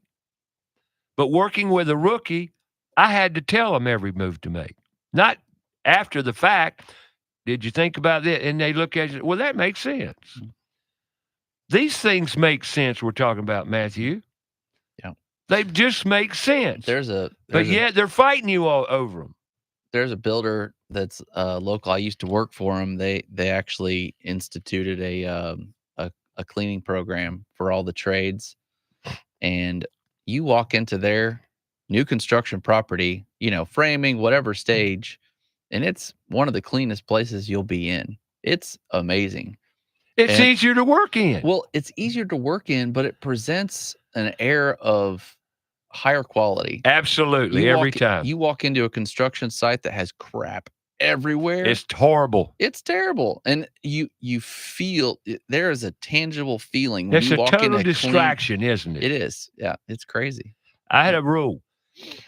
I had rules about cleanliness. Mhm. Because that old saying, "You raised with cleanliness is next to godliness," so true. Matter of fact, I helped a guy. I built 3 houses, but I didn't really build them. The homeowner built them. I was just there to kind of consult, and I was acting contractor under their term. I mean, under their, house. Mhm. And I had a plumber. I never forget it. Harold Davis. He said, "Ray Terry, I've been on a lot of houses, and this is the only house I ever been on I could not find a 16-penny nail on." He said, "There was none on the floor. That was the cleanest house I've ever gone into." And I told the homeowner, very first day, I says, we gotta agree to something. This house will never be dirty. Nails will be picked up. It'll be neat every day because you're going to find out something. As you move forward, it's going to make a better quality house. And then Harold Davis comes on, he's plumber. I've never been on a house I could not find a nail, but I could not find any nails, much less a 16-penny nail on this job. He says, "That's amazing." But it's cleanliness. You know what they do now? They just at final grade, they just take that and rake it and bury it all in the yard. All that crap. It's crazy, but it's terrible. But a clean job, and for you rookies or DIYs out there, keeping a neat job is essential to have a quality job, because quality is all centered around, collectively amongst many different areas. But cleanliness is big. Doesn't cost much to buy one of those little battery-powered vacuums. That's right. Vacuum up your mess. Yeah. I'm not a big vacuum cleaner. Oh, I got to talk about vacuums a minute here since you Okay, here we go. I gave a lesson to Jaquan this week about vacuums. Okay. Because we use vacuum cleaner a lot. Shop vac. Sure. Okay, shop vac. And I says, at the end of the day, you're going to clean that vacuum cleaner. Why are you going to clean that vacuum cleaner? He looked at me and said, because it's dirty. I says, how many vacuum cleaners you ever used, Jaquan? I know you're young. You turn it on and dust comes out of it. He says, well, a few times. I says, that's cause some owner of that vacuum cleaner does not know how to use a vacuum cleaner. When we go out on a job, what I make sure of before I go out that morning, if I got to use my vacuum cleaner, I clean out my vacuum cleaner. Because I'm in someone's house. And the last thing I want is to spray dust all throughout the kitchen and make a mess. Because remember, we're cleaning up a mess, not making one. So at the end of this day, all this mess you're vacuuming today needs to be removed from this vacuum cleaner, and you need to clean the filter. Well, Uncle Ray, how do I clean the filter? Well, I'm going to show you. And you're going to do this after every day, because there's more stuff you're going to suck in that vacuum cleaner every day, and you're going to create more dust because that filter is going to get clogged up. Now, and to all you shop vac owners, I will not go into a house and use someone else's shop vac unless I take the lid of it off and check it to make sure it's been cleaned. And 9 times out of 10, they're all funky and need to be cleaned out. People, clean your vacuum cleaners out. And then the homeowners, the ladies of the house use the vacuum cleaner. And I go in the house, you use the vacuum cleaners. Could I borrow your vac? You give me your vacuum cleaner. And the dang filter's all clogged up, and the tank's full of dirt. And I'm saying, what? So I got to take 10 minutes or so. I got to go clean the vacuum cleaner out. That's a big problem, and that's called laziness. Mm. That's what that is. Vacuum cleaner cleaning. Man, I hate getting somebody's shop vac and you turn it on and dust goes everywhere. God, man. That happens all the time. That's why I don't use it anymore. Mm. And you cannot cut granite or a counter surface without a shop vac, or you're going to make a mess. And a shop vac is essential for certain jobs. But anyway, sorry to go off on a little vacuum cleaner tangent there. But it's something that a lot of people don't cater to. They'll turn the vacuum cleaner on, dust goes everywhere, and they're just down there sucking more dirt up. I think, wow, what are you doing? I was across the room on one job. Somebody on the other, it wasn't even my business, but turned the vacuum cleaner on, dust went on. I said, cut that off. I think, matter of fact, we went over there and unplugged it. What'd you do that for? And I reached over and grabbed the vacuum cleaner, took the lid off, and says, we're going to dump this thing. That dust is not doing this room any favors. So I did it. And I said, well, thank you. Well, did you learn anything? That was the question. Did you learn anything? Because if you didn't, I just wasted my time. It's important that we learn every day. I mean, that's my philosophy. We've got to learn something every day. I learned something this week. I love to give back. It empowers me to be the best I can be. And that's a beautiful thing. Now, how can we give that to our kids? How can we give that empowerment to our children? Exercise. Teach them. That's what we got to do. Right? Mm-hmm. Your kids, what grade are they in? 7th, 5th, 3rd, and 4K. Wow, you're just on your way. Oh yeah. I'm building a deck at my house right now, and actually, even before this, my son, my 10-year-old, he loves coming with me and working, and we've done quite a few little things together. It's cool for him to watch. I'll ask questions. I'll explain things. I'll let him pick up the drill and, Sure. put in some screws, or just Whatever. just getting his hands Whatever dirty. he's comfortable Yep. with grabbing hold of. Yep. That's awesome. Yep. We did a crawl space one time where we put down a vapor barrier, and it was awesome to have him because he's so tiny. He could just maneuver, and I just say, "Hey, take this and go over," But And he even- had such a good time. And even crawling. do it. That's Yeah. what I'm saying. And doing that, look at the fun that boy had. Had a great time. Had I a got a great great time. picture of us smiling in a crawl space. He loved it. We can talk more about that too, Yeah. because JP, I told you I had lunch with Mhm. Steve Matella, and I talked to JP. He's 13 and helping dad, and we had a conversation. I'll share some of that with you when we get back. 704-227-8986. Richton, what are you doing? Your homework over there? Is that what you're doing? Your homework? I see you're real studious today. I know. All right, we're going to take a break here. Come back on the other side with more Matthew Query talking home inspection predominantly, and problems there around in the adversarial arena we live in now. It's a shame, man. We got to do better. Spread some love. Gotta do that. All right, come on back. We'll spread a little love all over the place. Come on.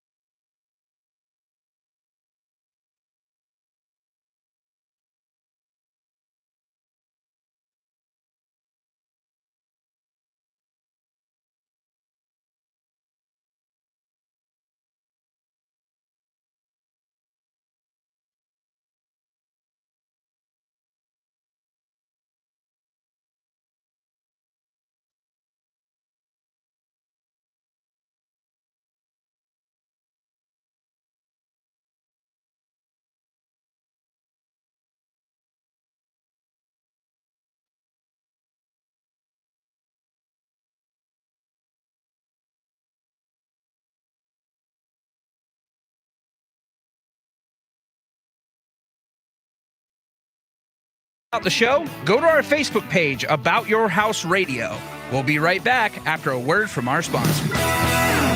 Steve Helms here with the Al Metal Dryer Vent Corporation. The Al Metal Dryer Vent Corporation is a full-service dryer vent company. Regardless of the problem, we can handle it. Does your clothes dryer take longer than 45 to 50 minutes to dry a load? If so, you need your dryer vent cleaned or checked. The clothes dryer is the most inefficient appliance in the house and should never take longer than 45 to 50 minutes. Call Al Metal Dryer Vent today at 704-846-8368 or online at almetaldryervent.com. That's 704-846-VENT. Have you cleaned your dryer vent lately? Owens Chimney Systems is known for all professional chimney services since 1989, including chimney cleaning, recommended annually, chimney evaluations and inspections, any and all chimney repairs and restorations, gas fireplace and gas fire log service, furnace cleaning, cleaning out one of the most overlooked appliances in the home. Get it done right the first time. That's Owens Chimney Systems at 704-554-9595. Or you can visit us online at owenschimneysystems.com. Carolina Foundation Solutions is a family-owned and operated company and a licensed general contractor in North and South Carolina, providing foundation solutions from the mountains to the sandy shores of the coast. At Carolina Foundation Solutions, our objective is to help educate, offer guidance, and provide assistance. With over 200 years of combined experience, our family of experts are ready to help protect and repair your largest investments. If you have a problem, we have a solution. Call 877-883-4626 or online, carolinafoundationsolutions.com. Have a comment or question for the show? Call us 704-227-8986. That's 704-227-8986. Now, back to the show.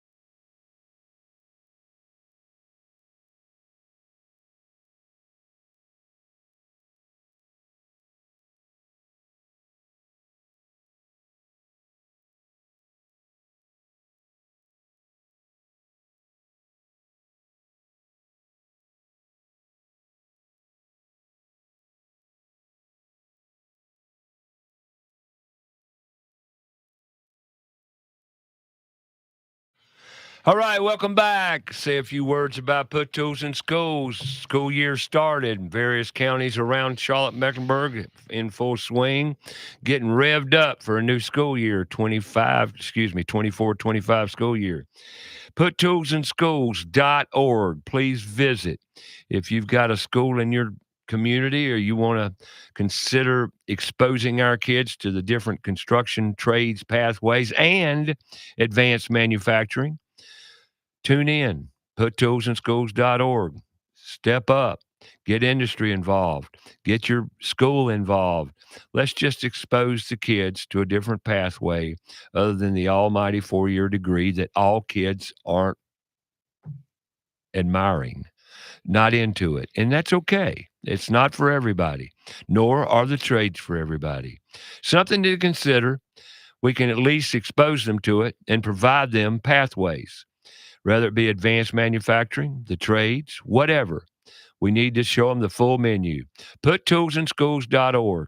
Please, we need your help. Step up. All right, got Matthew Query in the house today talking about, well, the building industry as a whole and what we're dealing with as a whole. Things have gone a little crazy, actually. You know, in Charlotte, it's blowing up. I mean, it is absolutely It's been blowing up. Oh, yeah, it's been blowing up. It's going crazy. Matter of fact, it's blown up to the degree that you are going to stop inspecting. You're going to get out of the inspection. Is that it? Yeah, I'm primarily getting out of it because it's the money's not there really.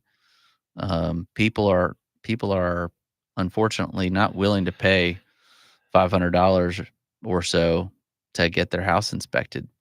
It's a lot easier for me to negotiate being a contractor and saying, "Hey, I'm going to charge this amount," and they say, "Okay." I'm not. I don't understand why people are so um, Reluctant. to invest money when they are purchasing a house. And It's a shame. It's a shame. In reality, the shame is having to have it inspected. Not against you, yeah, sure. but the quality's so poor today, and that's kind of the topic matter of what I wanted to Yeah. talk about today. Yeah. The quality has become so poor that you need some assistance in making sure Yeah. getting affirmation you're buying a good product. Yep. Now, with custom builders, not much of a problem if you do your due diligence Mhm. and do your research. Mhm. If you do your research in your builder, and that's easy to do, just talk to some previous clients, Mhm. Customers that are living in the homes he built. Yep. Then you get a true reading on what quality he's all about. But you can't do that necessarily with track home builders. It's true. And track home builders are essentially the biggest problem. Yes. Yeah. But custom homes are not immune from those problems. Oh, no, they're not immune. I'm not saying it is. Yep. And You are paying for that increased quality though. So Right. there's a dollar behind that. So, but it's a lot of the same trades. Same trades are working. They just are paid more and they're held to a higher standard. Right. Now, remodeling. Remodeling fits in a whole different sector. Yeah. You don't go out and inspect many remodeling projects, do you? No, not typically. I have, and I've actually had to get involved with South Carolina LLR because of a contractor who refused to come out and fix the stuff that was wrong from a remodel. It was pretty bad, but yeah, I don't do a lot of remodeling. The issue Inspections, here, that is. the overriding issue to all this conversation today is all we're trying to do is pinpoint the quality issues Mhm. and what we're dealing with in residential construction of Yeah. today and the downfall Yeah. of quality. And when really it's all a product of poor work ethic, lack of knowledge, lack of experience. And I don't know what else to put it on, right? I mean, it's just the fact that these kids coming out of college and schools are not educated in building. They don't have in-field experience and hands-on experience. You come out of college with the project manager and construction degree, you still don't know construction. That wasn't my major. I majored in business. No, you majored in business. Yeah, I did. I didn't major in construction. But I got hired by the builder because I had the ability to communicate well, and then I've learned everything in building construction.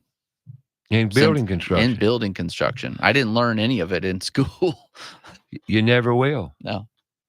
And a lot of people tell me that I didn't learn any of this in school, and you never learn anything until you apply. It's one of the things I was considering getting this certification. Kind of going back on that, you've probably heard of the PMP, Project Management Professional. It's a pretty highly looked at certification. You got to go back to school. You got to get this Project Management Professional degree or certification.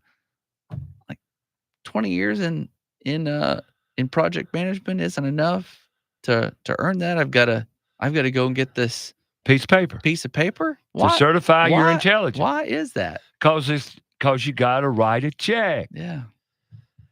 It's all about the money. Yeah. So you go and you can get this PMP certification, and I see people on LinkedIn, PMP, whatever, and all these other little acronyms they got behind. And I'm like, but you haven't even done any project management. Doesn't it feel like we're playing a big game? It is a big game. Yeah. It's a big game. Yeah. I've told a lot of people this. It's a system problem. It's not a. You got it right there. It's a system problem. It's just like education system. It's broken. Mhm. It's broken. If it wasn't broken, we would not be having this discussion, would we?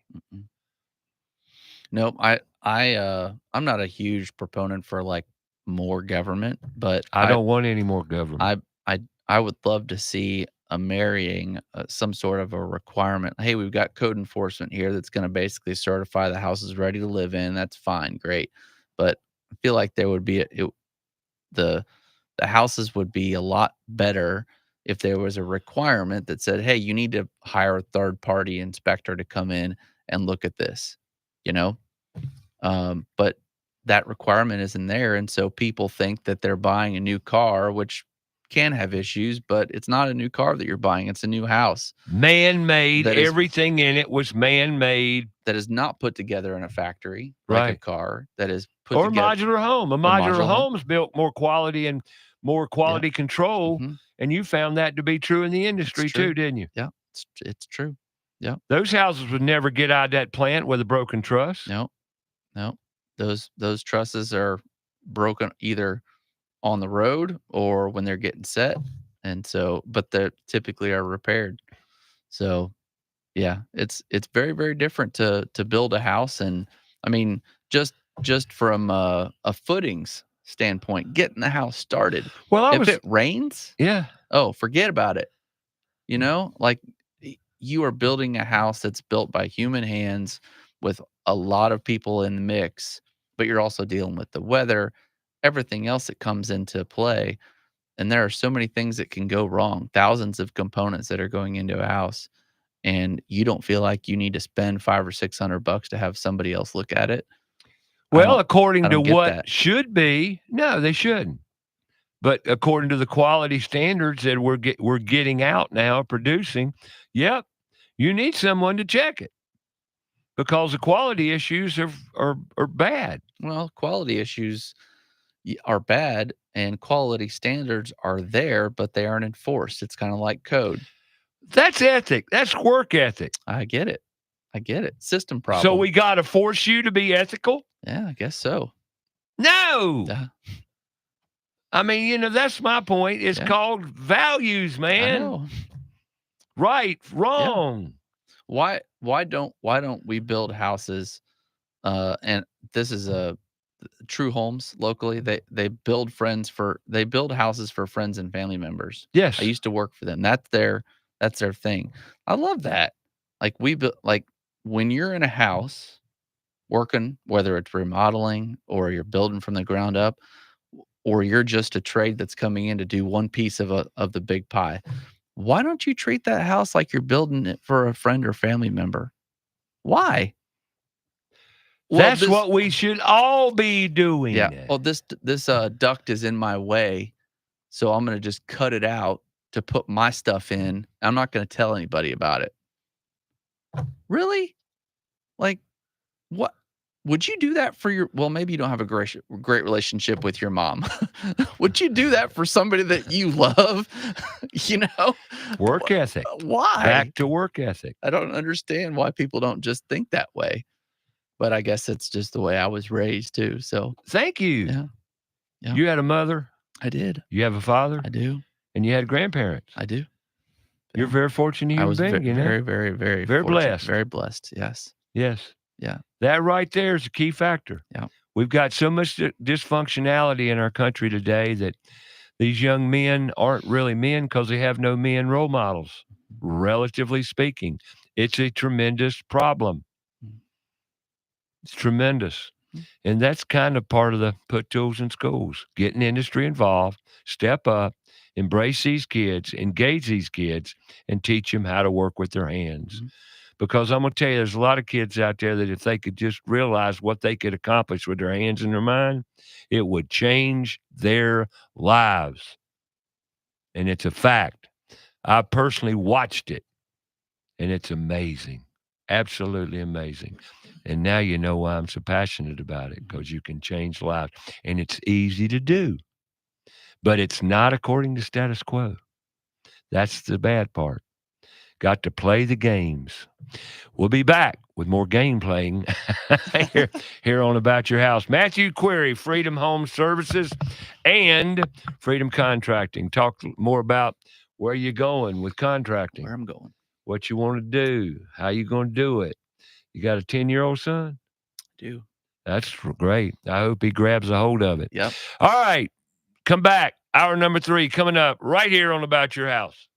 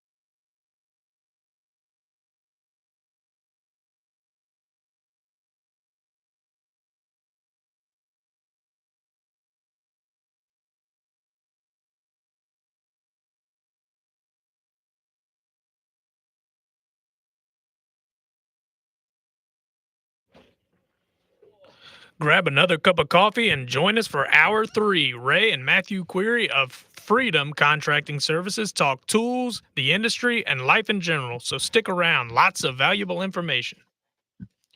About Your House is brought to you in part by PutToolsInSchools.org, connecting students to tools of the trades and raising awareness of the many career pathways. Also brought to you in part by Carolina Foundation Solutions, a licensed general contractor in North and South Carolina. From the hills to the coast, if you have a problem, they have a solution. So sit back, relax, and enjoy some time with us. And now, here's your host, Ray Terry.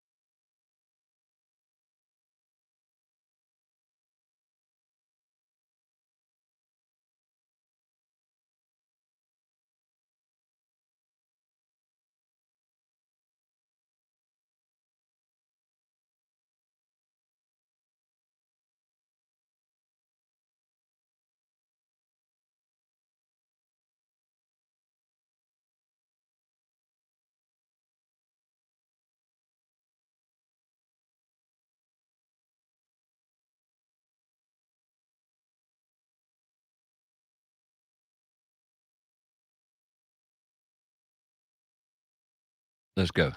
All right, welcome back. Hour number 3 here, Matthew Query. We were talking just then about, well, I asked him how old he was. He said 44. We're talking about, well, hey, what a great age.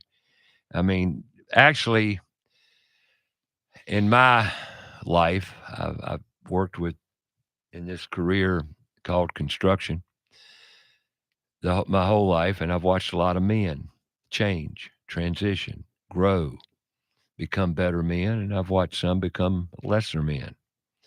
But 40 is a kind of a benchmark, where your head's all the way out, if you get my drift. Mhm. And you're kind of eyes open. Now, where am I going? What am I going to do? And now you're kind of shifting gears. Yeah. But, you wouldn't have shifted if you didn't have so many hurdles to jump. And it's made it more difficult for you to exist in something you really love doing. Mm. Or you probably wouldn't have gone there. Yeah, I was telling you that I was a part of that funnel. You go to school, you pick out what you want to do for the rest of your life And when how you're in the world 16. do you know? And you don't know. Yeah. Have no clue to Yeah. what you're going to do. I have people that ask my 12-year-old daughter, "Hey, what do you want to be when you grow up?" Don't ask her that question. Well, ask I asked JP the ask other her day. what she's passionate about. Exactly. Right? Right. Because that also will change, and that's okay. And what I feel like I was kind of forced into was knowing what I wanted to do for the rest of my life. And then you get to your 40s and people have midlife crises, and they're like, "Well, this isn't exactly what I thought I was going to be doing." But that's okay. It's Yeah. okay to change. Well, and COVID really made that happen, didn't it? That's true.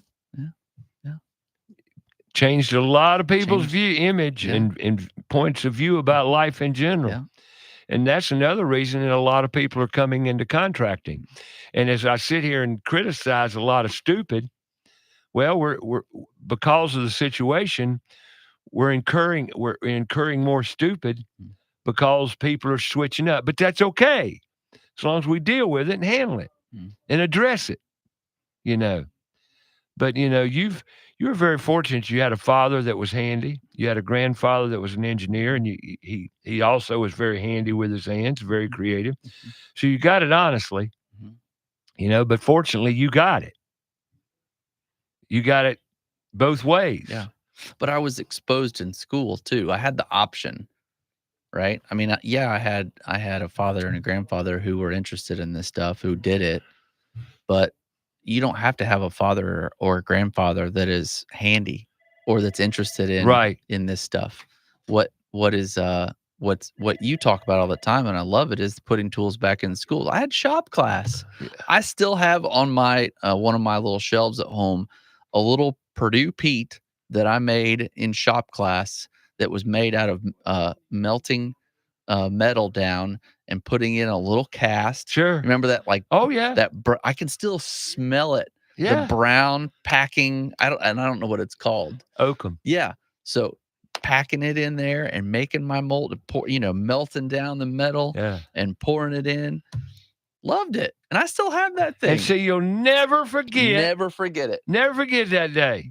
Making the and how old were you? I mean, I was in middle school. See, middle school, and you'll never forget that. Yeah. Yeah. It's just like my little bowl sitting on my desk. Yeah.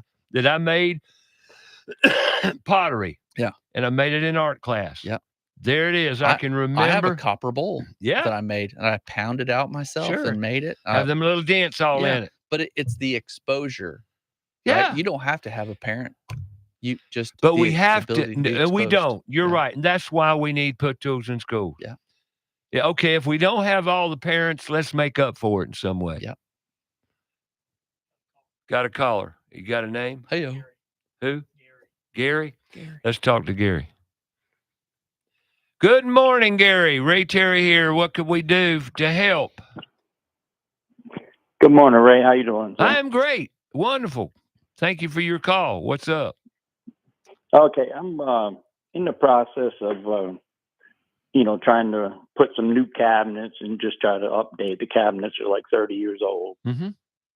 And then I'm, doing research, and, I'm just looking at, scale 110 for homeowner DIY or to, take on the project and, removal, install, or is that something that should be left up to the professionals? No, not at all. So what you're telling me, Gary, if I can kind of summarize here based on what you've said so far, is you're going to take out the existing cabinets? Yes or no? Correct. All right, so you're going to take out the existing cabinets and install new cabinetry, okay? Yes. Is that all of you're going to do? Now, in doing so, you're going to take the countertops off, you're going to take the sink out, you're going to remove all the cabinetry and all attachments thereof, right? Correct. Okay. And your question is that too much to attempt as a DIY person? Correct. Frankly, I think you need a consultant or someone in the industry to help you, to be at your disposal. Now, I'm not saying me, but a guy like me, a guy like Matthew, someone that you can get over there and pay maybe $100 or so to help direct you verbally and assist you with thoughts that otherwise it's just like you calling me this morning. You're doing it right now. You're calling this show saying, would you advise it? I think it's great that you're willing to take it on, but understand what you're dealing with, because you're going to get into electrical. You're going to get into plumbing. You're definitely getting into carpentry. There's a lot. And if you don't have tools, that's the one contingency that I would add here. You've got to have the proper tools. If you don't have the proper tools, you have no business doing the job. Would you agree, Matthew? Well, it's going to cost you a lot more. Yeah, 'Cause you got got to it. go buy the tool. You've for got, one if you're going to project. buy the tools, and if you're going to go buy the tools, I'd say look online, Facebook Marketplace and stuff, or call a person like me and say and there again, when you've got that person there you're talking to, he'll tell you what you need. What you Okay. he'll tell you the tools you need, but you're going to need equipment. Gary, you said you had a 30-year-old cabinets. Is that right? Yeah, the house was built, Okay. about 30 years ago. So one of the things that Ray's saying is kind of hiring a consultant to come in and look at it. When you said that, I thought of a couple different options, because cabinets today are not built the same as they were 30 years ago. So is there an option to save them, reuse them, resurface them, paint them, buy different door fronts to make them a little bit more modern? Because if it's a 30-year-old house, I understand kind of maybe what your cabinet fronts look like. You want to update them, but could you save some money by going a different route? And that's kind of again good call in here, but there may be some less expensive options where you could keep what you have, or even move it to a different location if you're trying to open up some Modify. wall space. Yeah. But getting rid of those older cabinets, they're probably pretty well built. Wouldn't you agree, Terry? Well, maybe not, because I go back a long way myself, and they could be junk. There again, that's another reason that you want to call somebody that knows remodeling, renovations, especially, and even somebody that does a lot of kitchen work or has done. But depending on what condition your cabinets are in, they could be salvageable. They may not be. Because I can remember putting in cabinets 30 years ago that were piles of junk. Mm-hmm. So, there again, you need some guidance. And that's what I'd recommend, because if you're not experienced in various things, then you may be kind of overstepping your grounds a little bit. But with proper help, you might be able to pull it off. How old are you?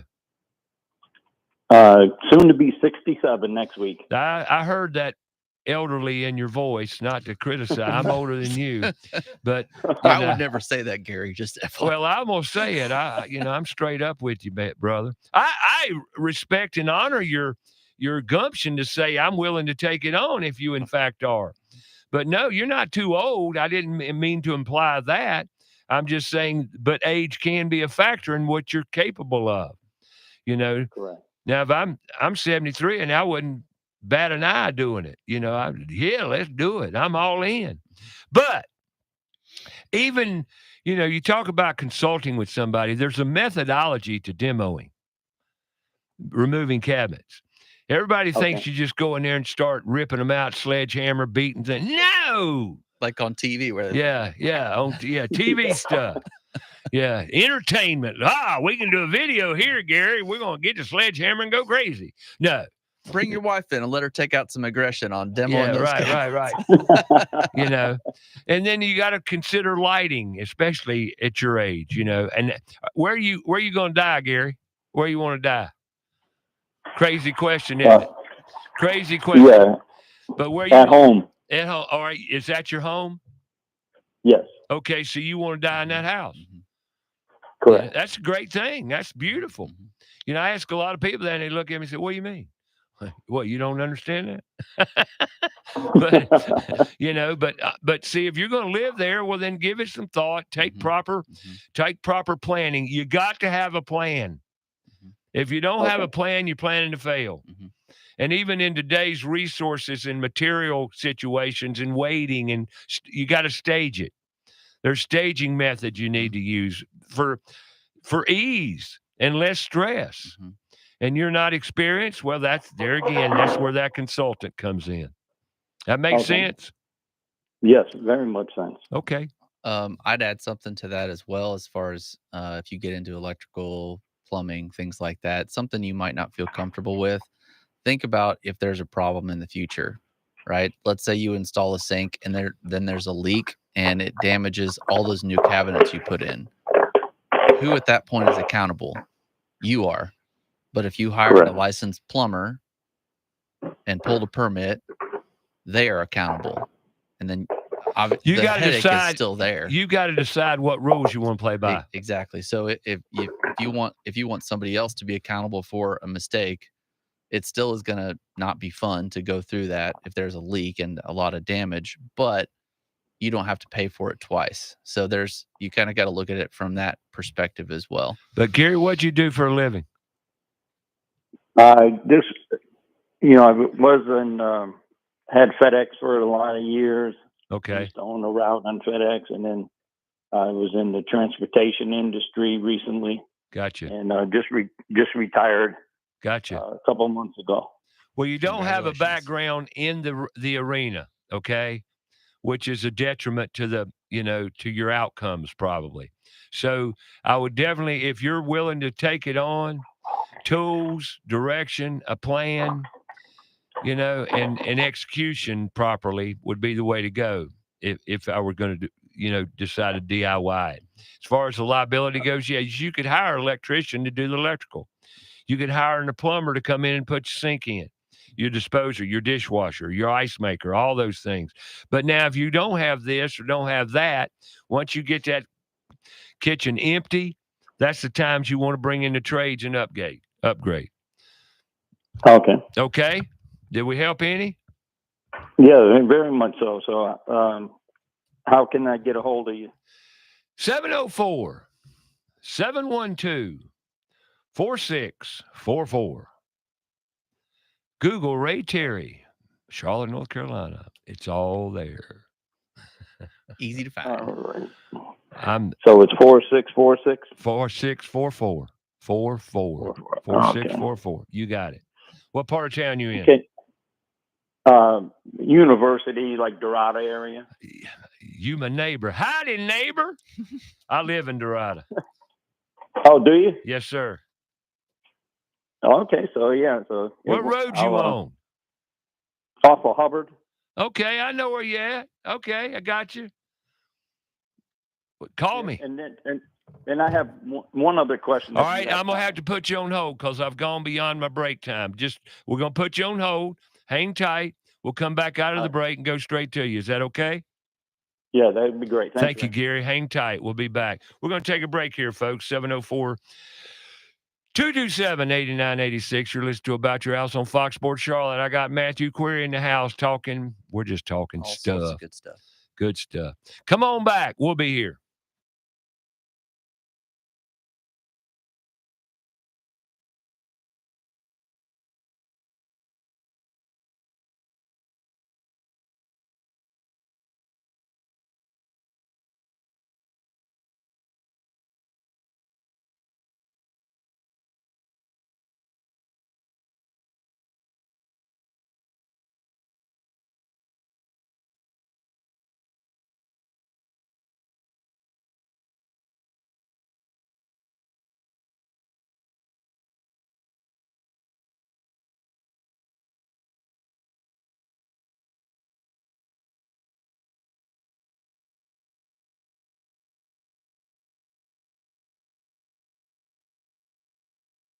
About Your House Radio.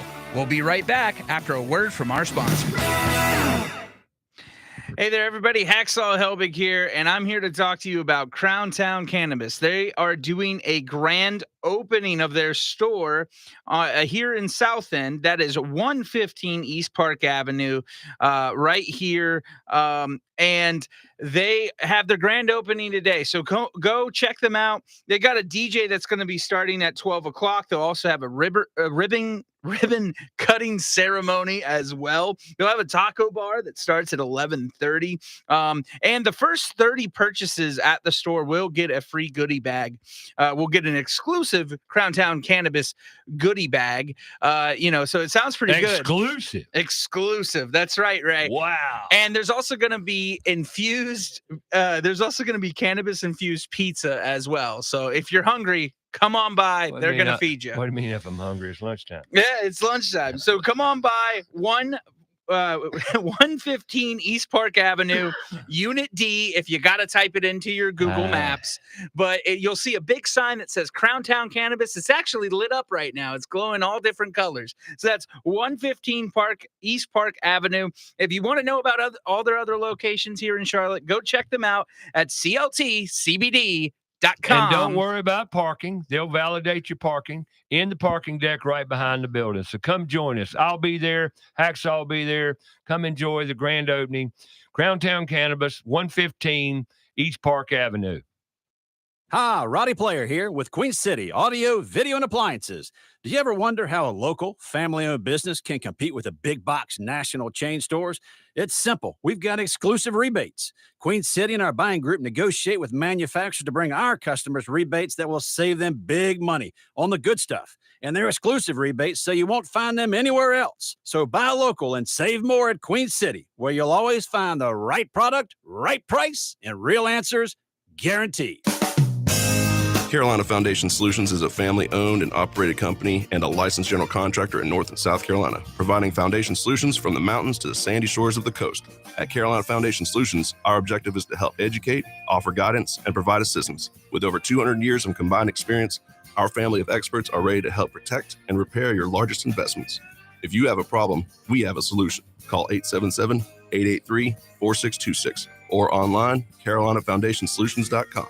Let's face it, we do not like bugs and especially spiders and ants. Unwanted pests in the home are not only creepy, they can also spread sickness and cause significant damage to the structural integrity of our homes. Kilo Exterminating has been taking care of pest control problems in the Charlotte area for over 70 years with award-winning customer service. Moisture readings are standard with all crawl space inspection. Call Kilo Exterminating at the first sign of infestation, 704-333-9855, or online at kilo.biz. Again, that's 704-333-9855. Have a comment or question for the show? Call us 704-227-8986. That's 704-227-8986. Now, back to the show.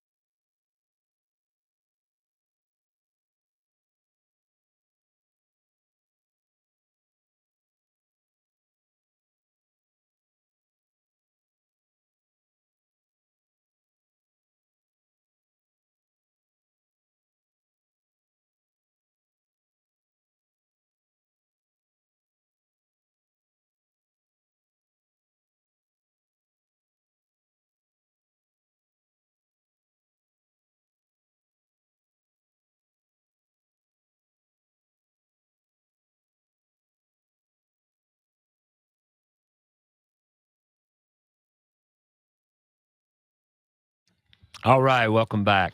I got Gary on the phone talking. Well, he's going to remodel his kitchen. Let's finish up. Gary, you had another question. You back with me? Yes, sir. All righty, talk to me. Okay. Now you're familiar with the Dorada area, but we have an issue with our backyard that keeps like sinking over the years. You got a stump hole in your backyard. Sounds like it. And what I mean by that is it was dug a big hole in the neighborhood and they dumped trash in it from the building of the neighborhood, because where you're living, you're in a subdivision, are you not? Correct. Yeah, that's more than likely what you've got, Gary. I lived in a house for 13 years that had a stump hole in the backyard, and I kept filling that hole in. It kept rescinding, depression, and I kept having to fill it up. About every 3 years, I'd have to put dirt in there. I've been in crawl spaces where I found stump holes. It literally was a stump that decayed, and the Stump. the just K, yeah. piers started to fall in. Wow. Yeah, because they didn't do proper land clearing. Right. Yeah. So carry on, Gary. I'm sorry I kind of interrupted you. Go ahead. Yeah, but it's like a 16 by 24 Gotcha. to 30 foot area. Right. And then over the years, like probably 5 years ago, we put more topsoil in there Yeah. and redid the grass, and it's doing it again, isn't it? And I have to jack up my shed again to level it. Yep, you're on a stump hole. Dang. Sounds very, very, very much like one. That's what you get.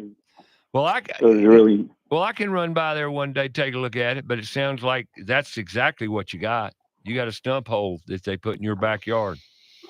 Okay. Unfortunately, but that's what it sounds like. Okay, that sounds good. I appreciate all your time, and I will leave a message on your number. All right, very good, sir. All right, I'll be back to you. Thank you, Gary. Have a great day. Thanks for calling, man. Too. Appreciate you. All right. Bye-bye. Bye. All right. Yeah, stump holes. They don't do them anymore. I beg to differ. Oh, really? I certainly do. In the rural area, maybe. No, even in big subdivisions, I've caught. Really? I've caught landscapers digging holes and burying crap.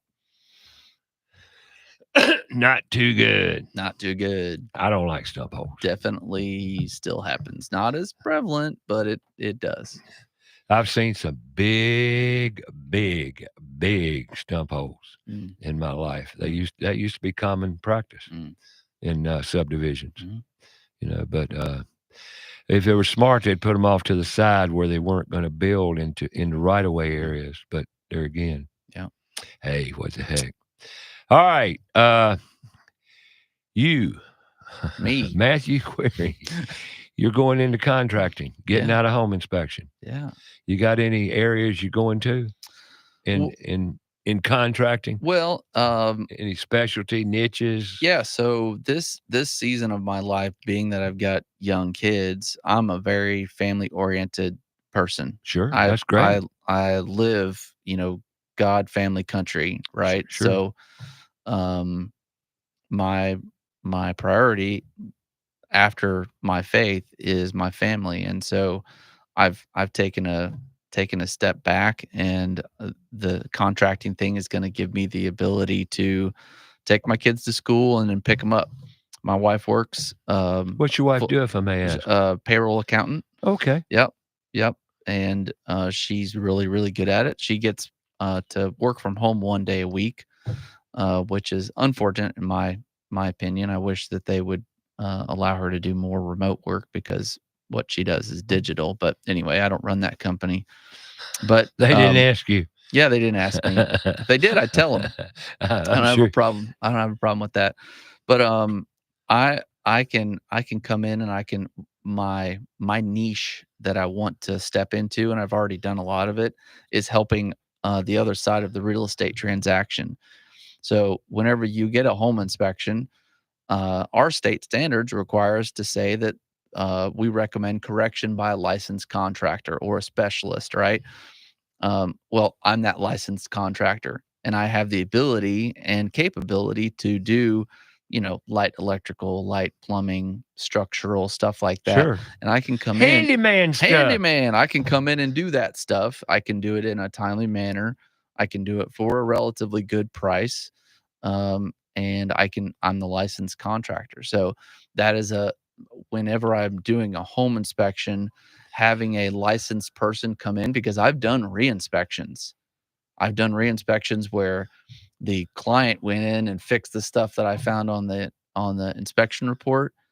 The majority, I would say 99.9% of the re-inspections I've done, there is either work that's not been completed, work that's been done wrong, or work that has been made worse because of what they did, what they fixed. I give you a great example. Oh, no. There was a structural issue. Houses kind of sink in the middle. The structural engineer came out and determined they need to put in an additional pier and girder beam, two piers and girder beam. Yeah.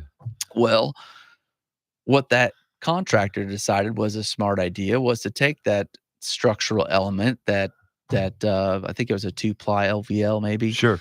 and notch it to allow a plumbing pipe to come right through it. I'm like, really? Are you kidding me? I happened to be out there when the engineer came out to verify the work, and he just shook his head. I cannot believe this. Stuff like that.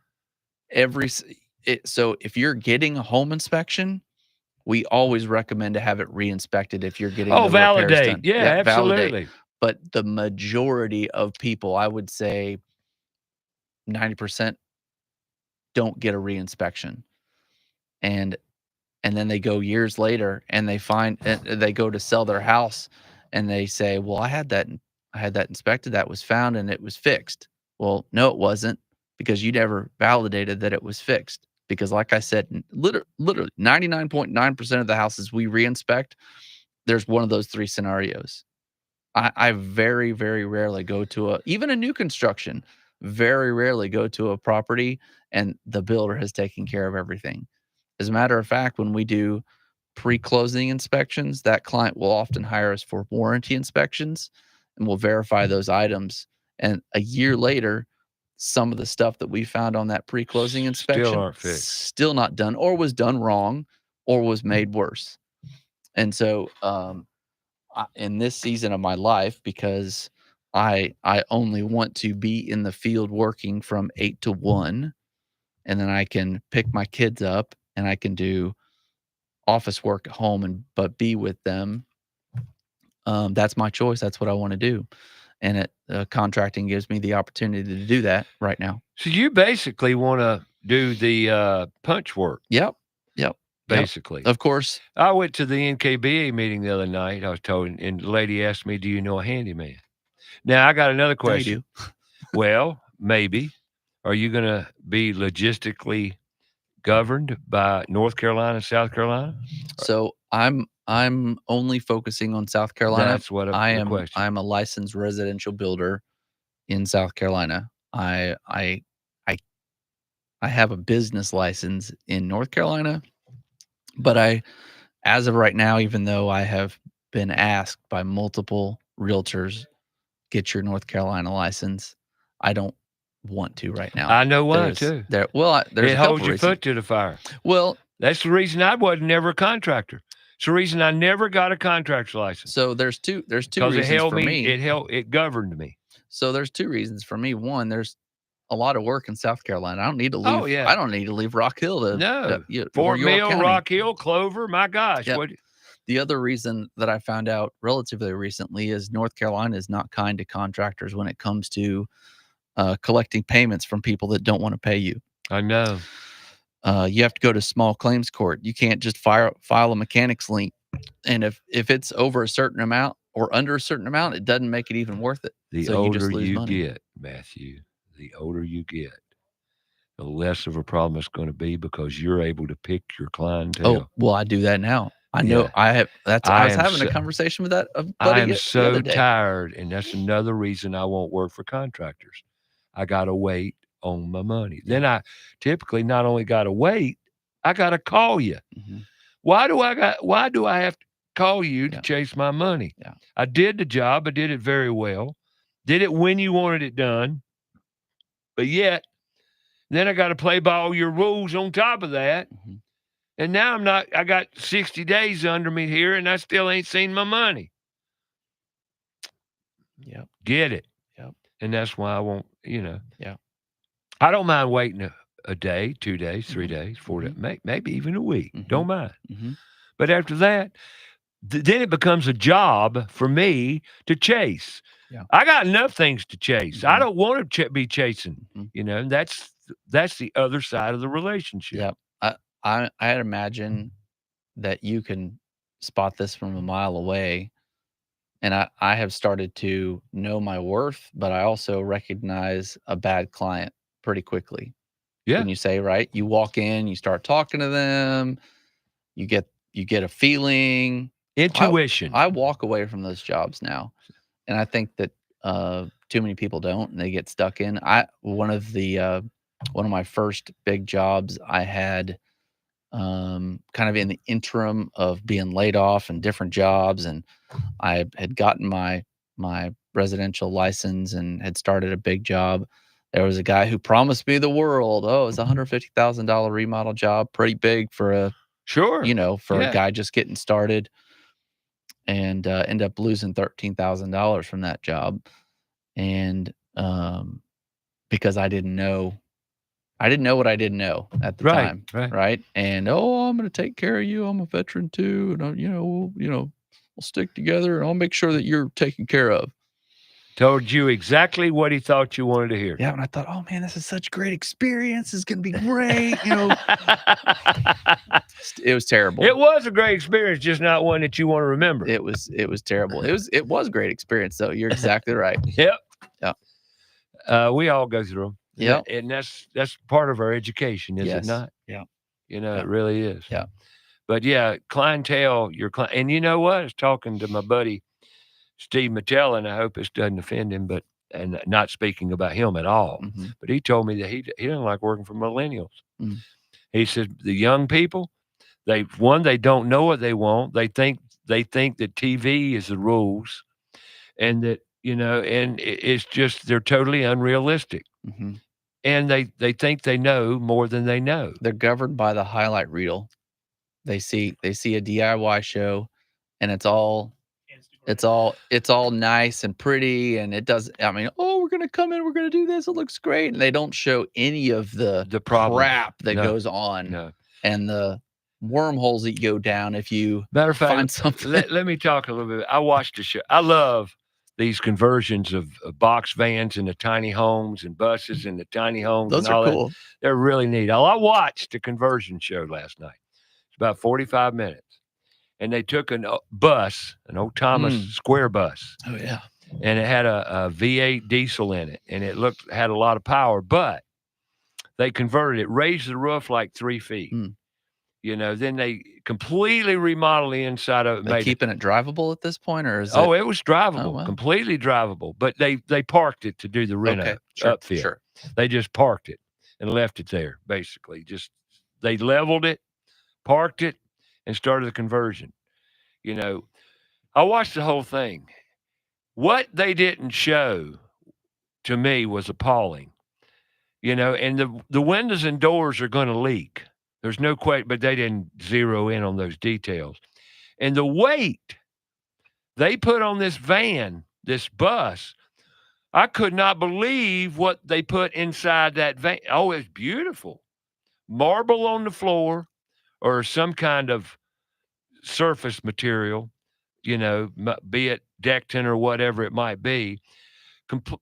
Marble in the shower, full-size shower, all the weight, quartz counters, and I keep on saying wait, but I just, and when it was all said and done, it reminded me of that show used to be on ABC called something, it was a weekly show, and they'd build a house in 7 days or whatever.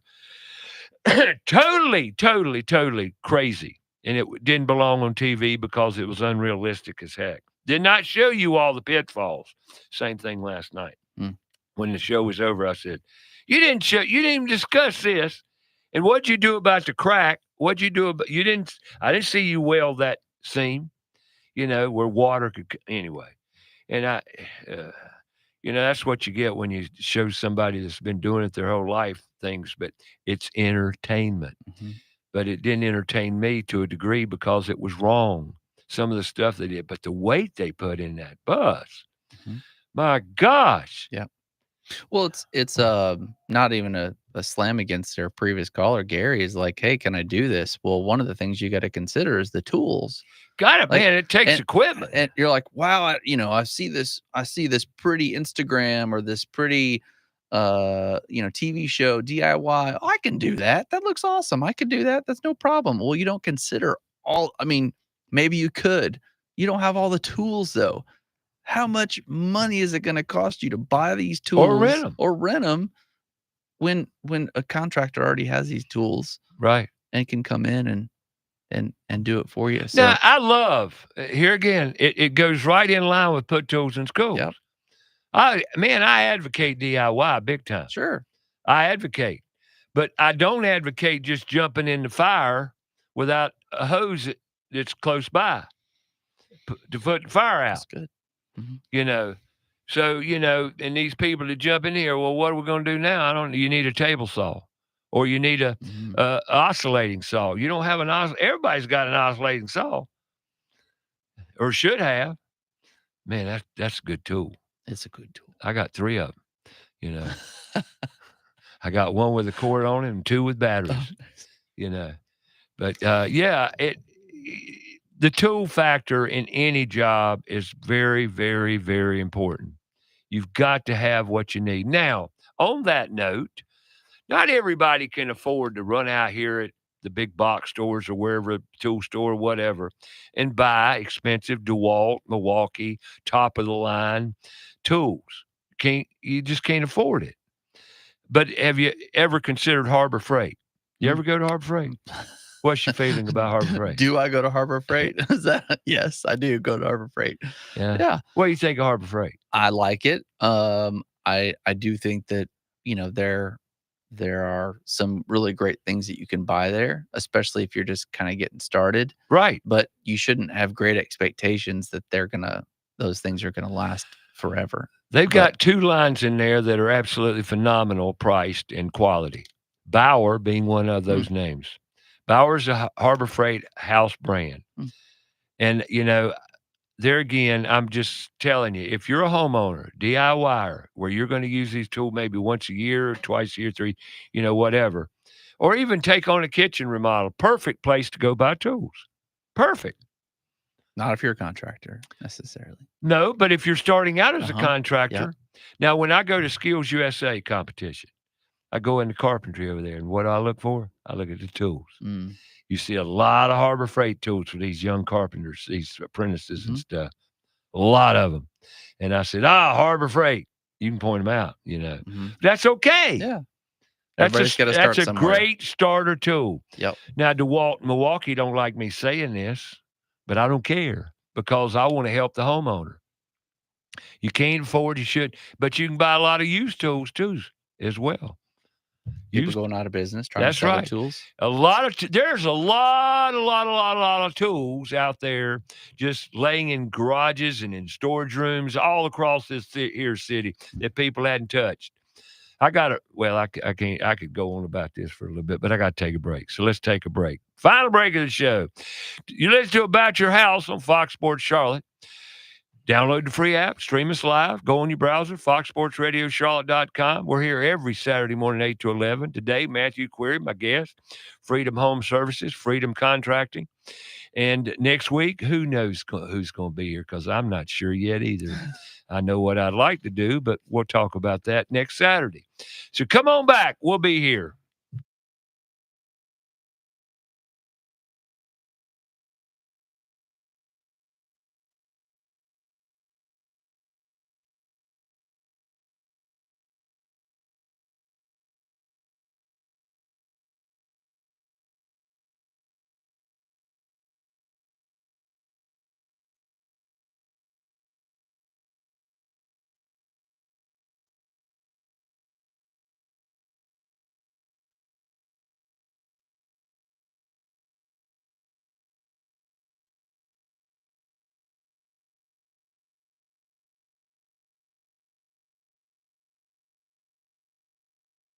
Facebook page, About Your House Radio.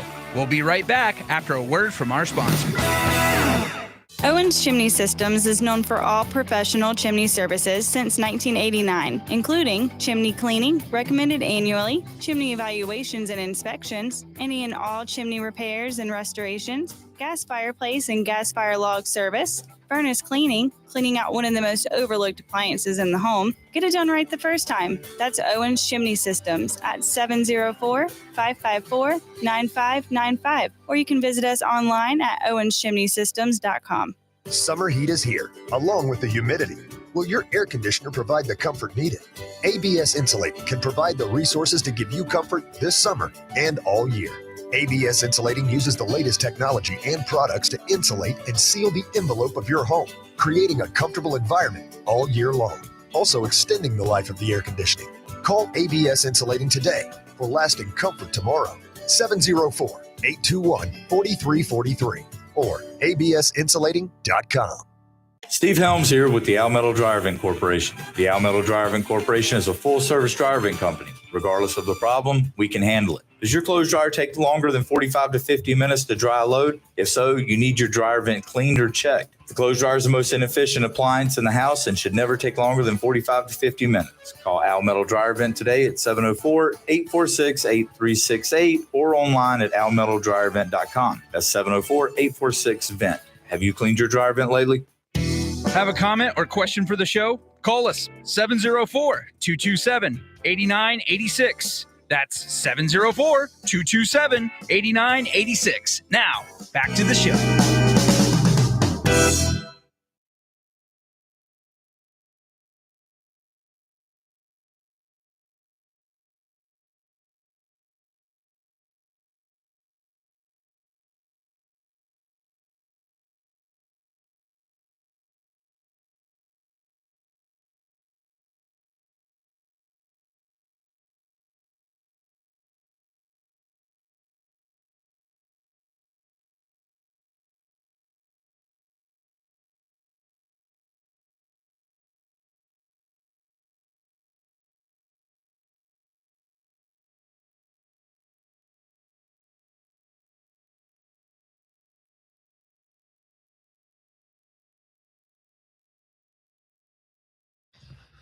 All right, welcome back. Let me clarify something here before we take a caller. Thomas is calling in. We'll get to him in a second. Earlier in the conversation, I was talking about a stump hole. Well, I'm old school, and we called a big old pit dug in the ground in some land somewhere to throw trash in. We called them stump holes. But yes, you could call them trash pits, construction debris area. I don't know. There are probably other names in the industry. And if you know one, you can call us in or get on Facebook, make a comment. I can't think of the other name we called them. But at any rate, there you go. Just want to clarify that because a lot of people call a stump holes a hole that a stump used to be in. Well, that makes sense. That's good. But we called trash pits stump holes. So that's what we did because stumps went in there, old parts of trees went in there, construction debris went in there, everything went in there. Wouldn't surprise me if the old trucks weren't in there. But anyway, moving on. Let's go to the phone and talk to Thomas. Good morning, Thomas. How are you? I'm doing well. How are you? I'm great. What you up to today? I'm in the middle of an inspection down deep into South Carolina. Deep. What's deep mean? Let's see. Where am I? Elgin, South Carolina, almost to Columbia. New house, old house. What you looking at? Looking at 2011, 2-story, 2-bedroom, 3-bath. Fairly Crawl space? mostly fairly easy, but there's still stuff that's done wrong from the construction from the beginning that wasn't caught. So right, You don't I say. got you. So we're talking to Thomas. He is going to be the new owner, Uh-huh. head cook and bottle washer. Soon as he signs that check. There you go. We're gonna have a check signing party, are we? Hey. No. Yeah. hey, let's do it. Yeah. I'm Oh. ready. I'm ready. Okay. Cool. I appreciate you calling in, Thomas, and I hope it goes well for you in the inspection area. And next time we do a show, I want you to come in and talk more about what you're finding in new home construction. All right, sounds good. Can you do that? I appreciate you I can calling in definitely do today. that. Okay.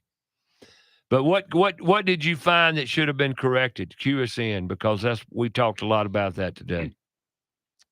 So there's mostly on the exterior vents. They've got one of the vents. It's got vinyl siding, and there's no J channel around it, which means water's as soon as the caulk wears out, which it probably has, water's going to get behind the siding. If house wrap wasn't used, then it's going to start damaging the God. the And wood probably sheathing. not back then, 2011. Yeah. 2011 in South Carolina, probably not. Probably not. But then Can't imagine what the so wall that's- looks like sheathing. Yeah, so that's an area that needs to be. If it's great, that's great, but it needs to be maintained because you're not going to take all the siding off and rewrap it. But and then the other issue was they've got 2 vents coming from the bathrooms, I believe, coming out of the soffit, but they used wall vents. So that little flap that is supposed to naturally by gravity hang down, it hangs down all the time. I was going to say, well, that means they stay open all the time. It's a great place for birds because birds can go vertical and hang up in a, Oh, make a yeah. nest So up there. can They would love bats. that. And bats love them Bats would love that too. Yeah. So Yeah. Raccoons, yeah, Yeah, any snakes. any critters. fun stuff. Yeah. Fun to find a They snake make in a an attic. they isn't make it? a soffit vent just for that. I know. Yeah. They did back in 2011. I too. know they did because I put them in before. Sure did. Well, They so- must have been out of stock and they used whatever they had in the Uh, truck. So They Right. make and sell those They things do. in Elgin as well. So I'm sure. Elgin. Well, that's great. Well, thank you, Thomas. I appreciate you calling in today. yeah, And I want thanks for taking my call. and go make it a great Saturday afternoon. Okay, don't get too I hot. will. As soon as I finish with this, I'm going to go listen to some music somewhere and go to a coffee shop and do some other things down here. There you go. Visit it. Tell everybody in Elgin we said hi. I'll do that. I'll go door to door just for Tell you. them All to right, put you tools get- in their schools down Yeah, there. put tools in schools. We wouldn't There you have we wouldn't have this crap going on. That's right. Thank Sounds great. Thank you, Thomas. Appreciate you. See, All right. Y'all have a great day. You too. Bye bye. That's good. I tell you, it's crazy. I got a question going back on, and I meant to ask you this, and I apologize for bouncing back, but did you ever find the foundations were out of level and the bottom plate did not meet the foundation? Yep. There's a gap under the bottom plate. Yep. Did you see much of that? Large gaps. Yeah. I mean, that's the sill sealer. They've got the sill Yeah, I sealer. know, but if it's a big if gap, a it's sear big sealer gap- ain't going to see Yep. them. It's interesting though. Sometimes you'll walk into a house that's finished, new construction, and the wind will blow, and drywall dust will show up on the floor, and people will be like, "Why did I just That's cleaned why my I asked. house? Yeah. I just cleaned my house. Why do I have drywall dust?" And I would get a call, be like, "I've got drywall dust coming out from underneath my wall." Well, that's because you don't have a good seal. You've got space down You there got between space, you and they the didn't seal it. the energy that you're wasting or spending on is appalling. Mhm. If you had that situation right there, that's worse than a disappearing stairway crack. Mhm. It's horrible because every time your furnace comes on, your comfort system, Mhm. you got a negative air pressure pulling in air. Golly. Mhm. And now I bet you saw a lot of that. Yep. And all that's attributed to a unlevel foundation Mhm. that's covered up by the wall. Mhm. Yep. And that was a question I meant to ask you because I was watching a video the other day about home inspection. Mhm. I don't know how that showed up because I didn't go look for it, but then I saw that the home inspector was talking about it. One of the common things they see Mhm. is this gap. But Mhm. but how do you look for it? Because you can't see it. Well, one, you got to be hired at the pre-drywall inspection. And then you can see it and very you can vividly. see it if you look for it. Yeah, absolutely. Yeah, That's 'cause, another. I would say a lot of times you can even find it on pre-closing inspections because you will see that sill sealer hanging out because they Right. haven't trimmed it. Right. Well, you know that there's a gap there. All you got to do is look. I mean, even at the pre-drywall, you can see where that sill sealer is not present. Sure. Yeah, but I don't know. It's just not looked at, not fixed. So Right. Well, I know that when I saw that, I said, I would like to know how many houses out there are built on an unlevel foundation.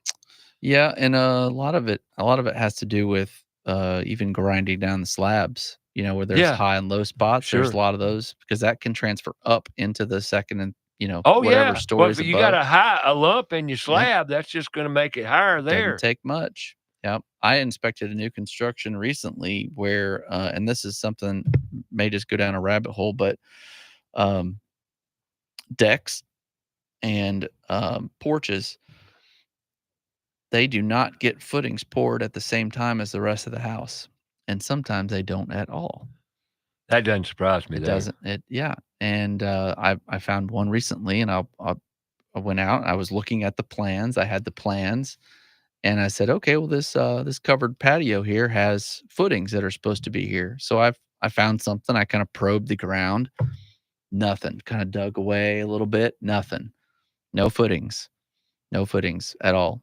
And so it was just a covered patio. I mean, but there's still some weight. There's some weight there. Yeah. But I'm not a structural engineer. I'm going by the plans. Plans say it should have it. Builder ended up fixing it. It was very expensive for them to do so after the fact. And of course, I didn't. I tried to make the client feel that, hey, no problem. This can be fixed. But that was definitely something that made them very concerned about the quality of their house because that was found. Now, would have cost them a lot more had that slab cracked and the roof pulled away from the house. So it was good that we found it then, but that's very typical. There's a lot of chimneys in Charlotte that are pulling away from houses. No footer under the chimney. And there's a lot of chimneys that aren't installed correctly on a proper foundation. And what happens over the years, it settles and literally pulls off the house at the upper portion. Yep.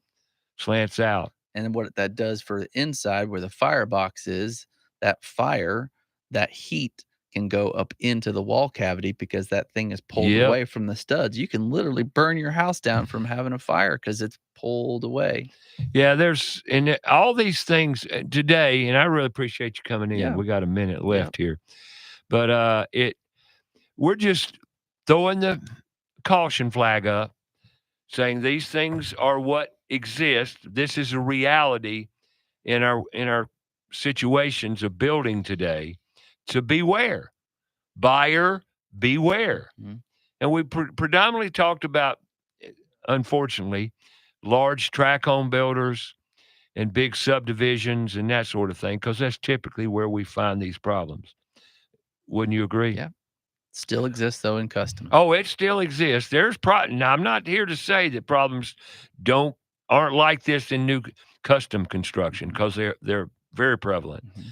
But you find them more in the production situation because there's more houses. A lot more houses. Like natural. I call them house farms. They go in there and they plant little seeds, and all of a sudden all these little houses pop up. House farm. Thank you, Matthew. Yeah, thank you. Appreciate Honored. you coming in. Yeah, absolutely. It's great. We'll do it again. Yep. And next time, bring your children. Okay. One or two of them, sure. Anyway. All right, don't want the 4-year-old in here. I don't care. Make it a great week, folks. Go out and mentor a child. Find the elderly around you. They need help. Believe me, they do. They won't ask for it. So let's go spread some love and make it a great week. We'll be back here next week with more about your house.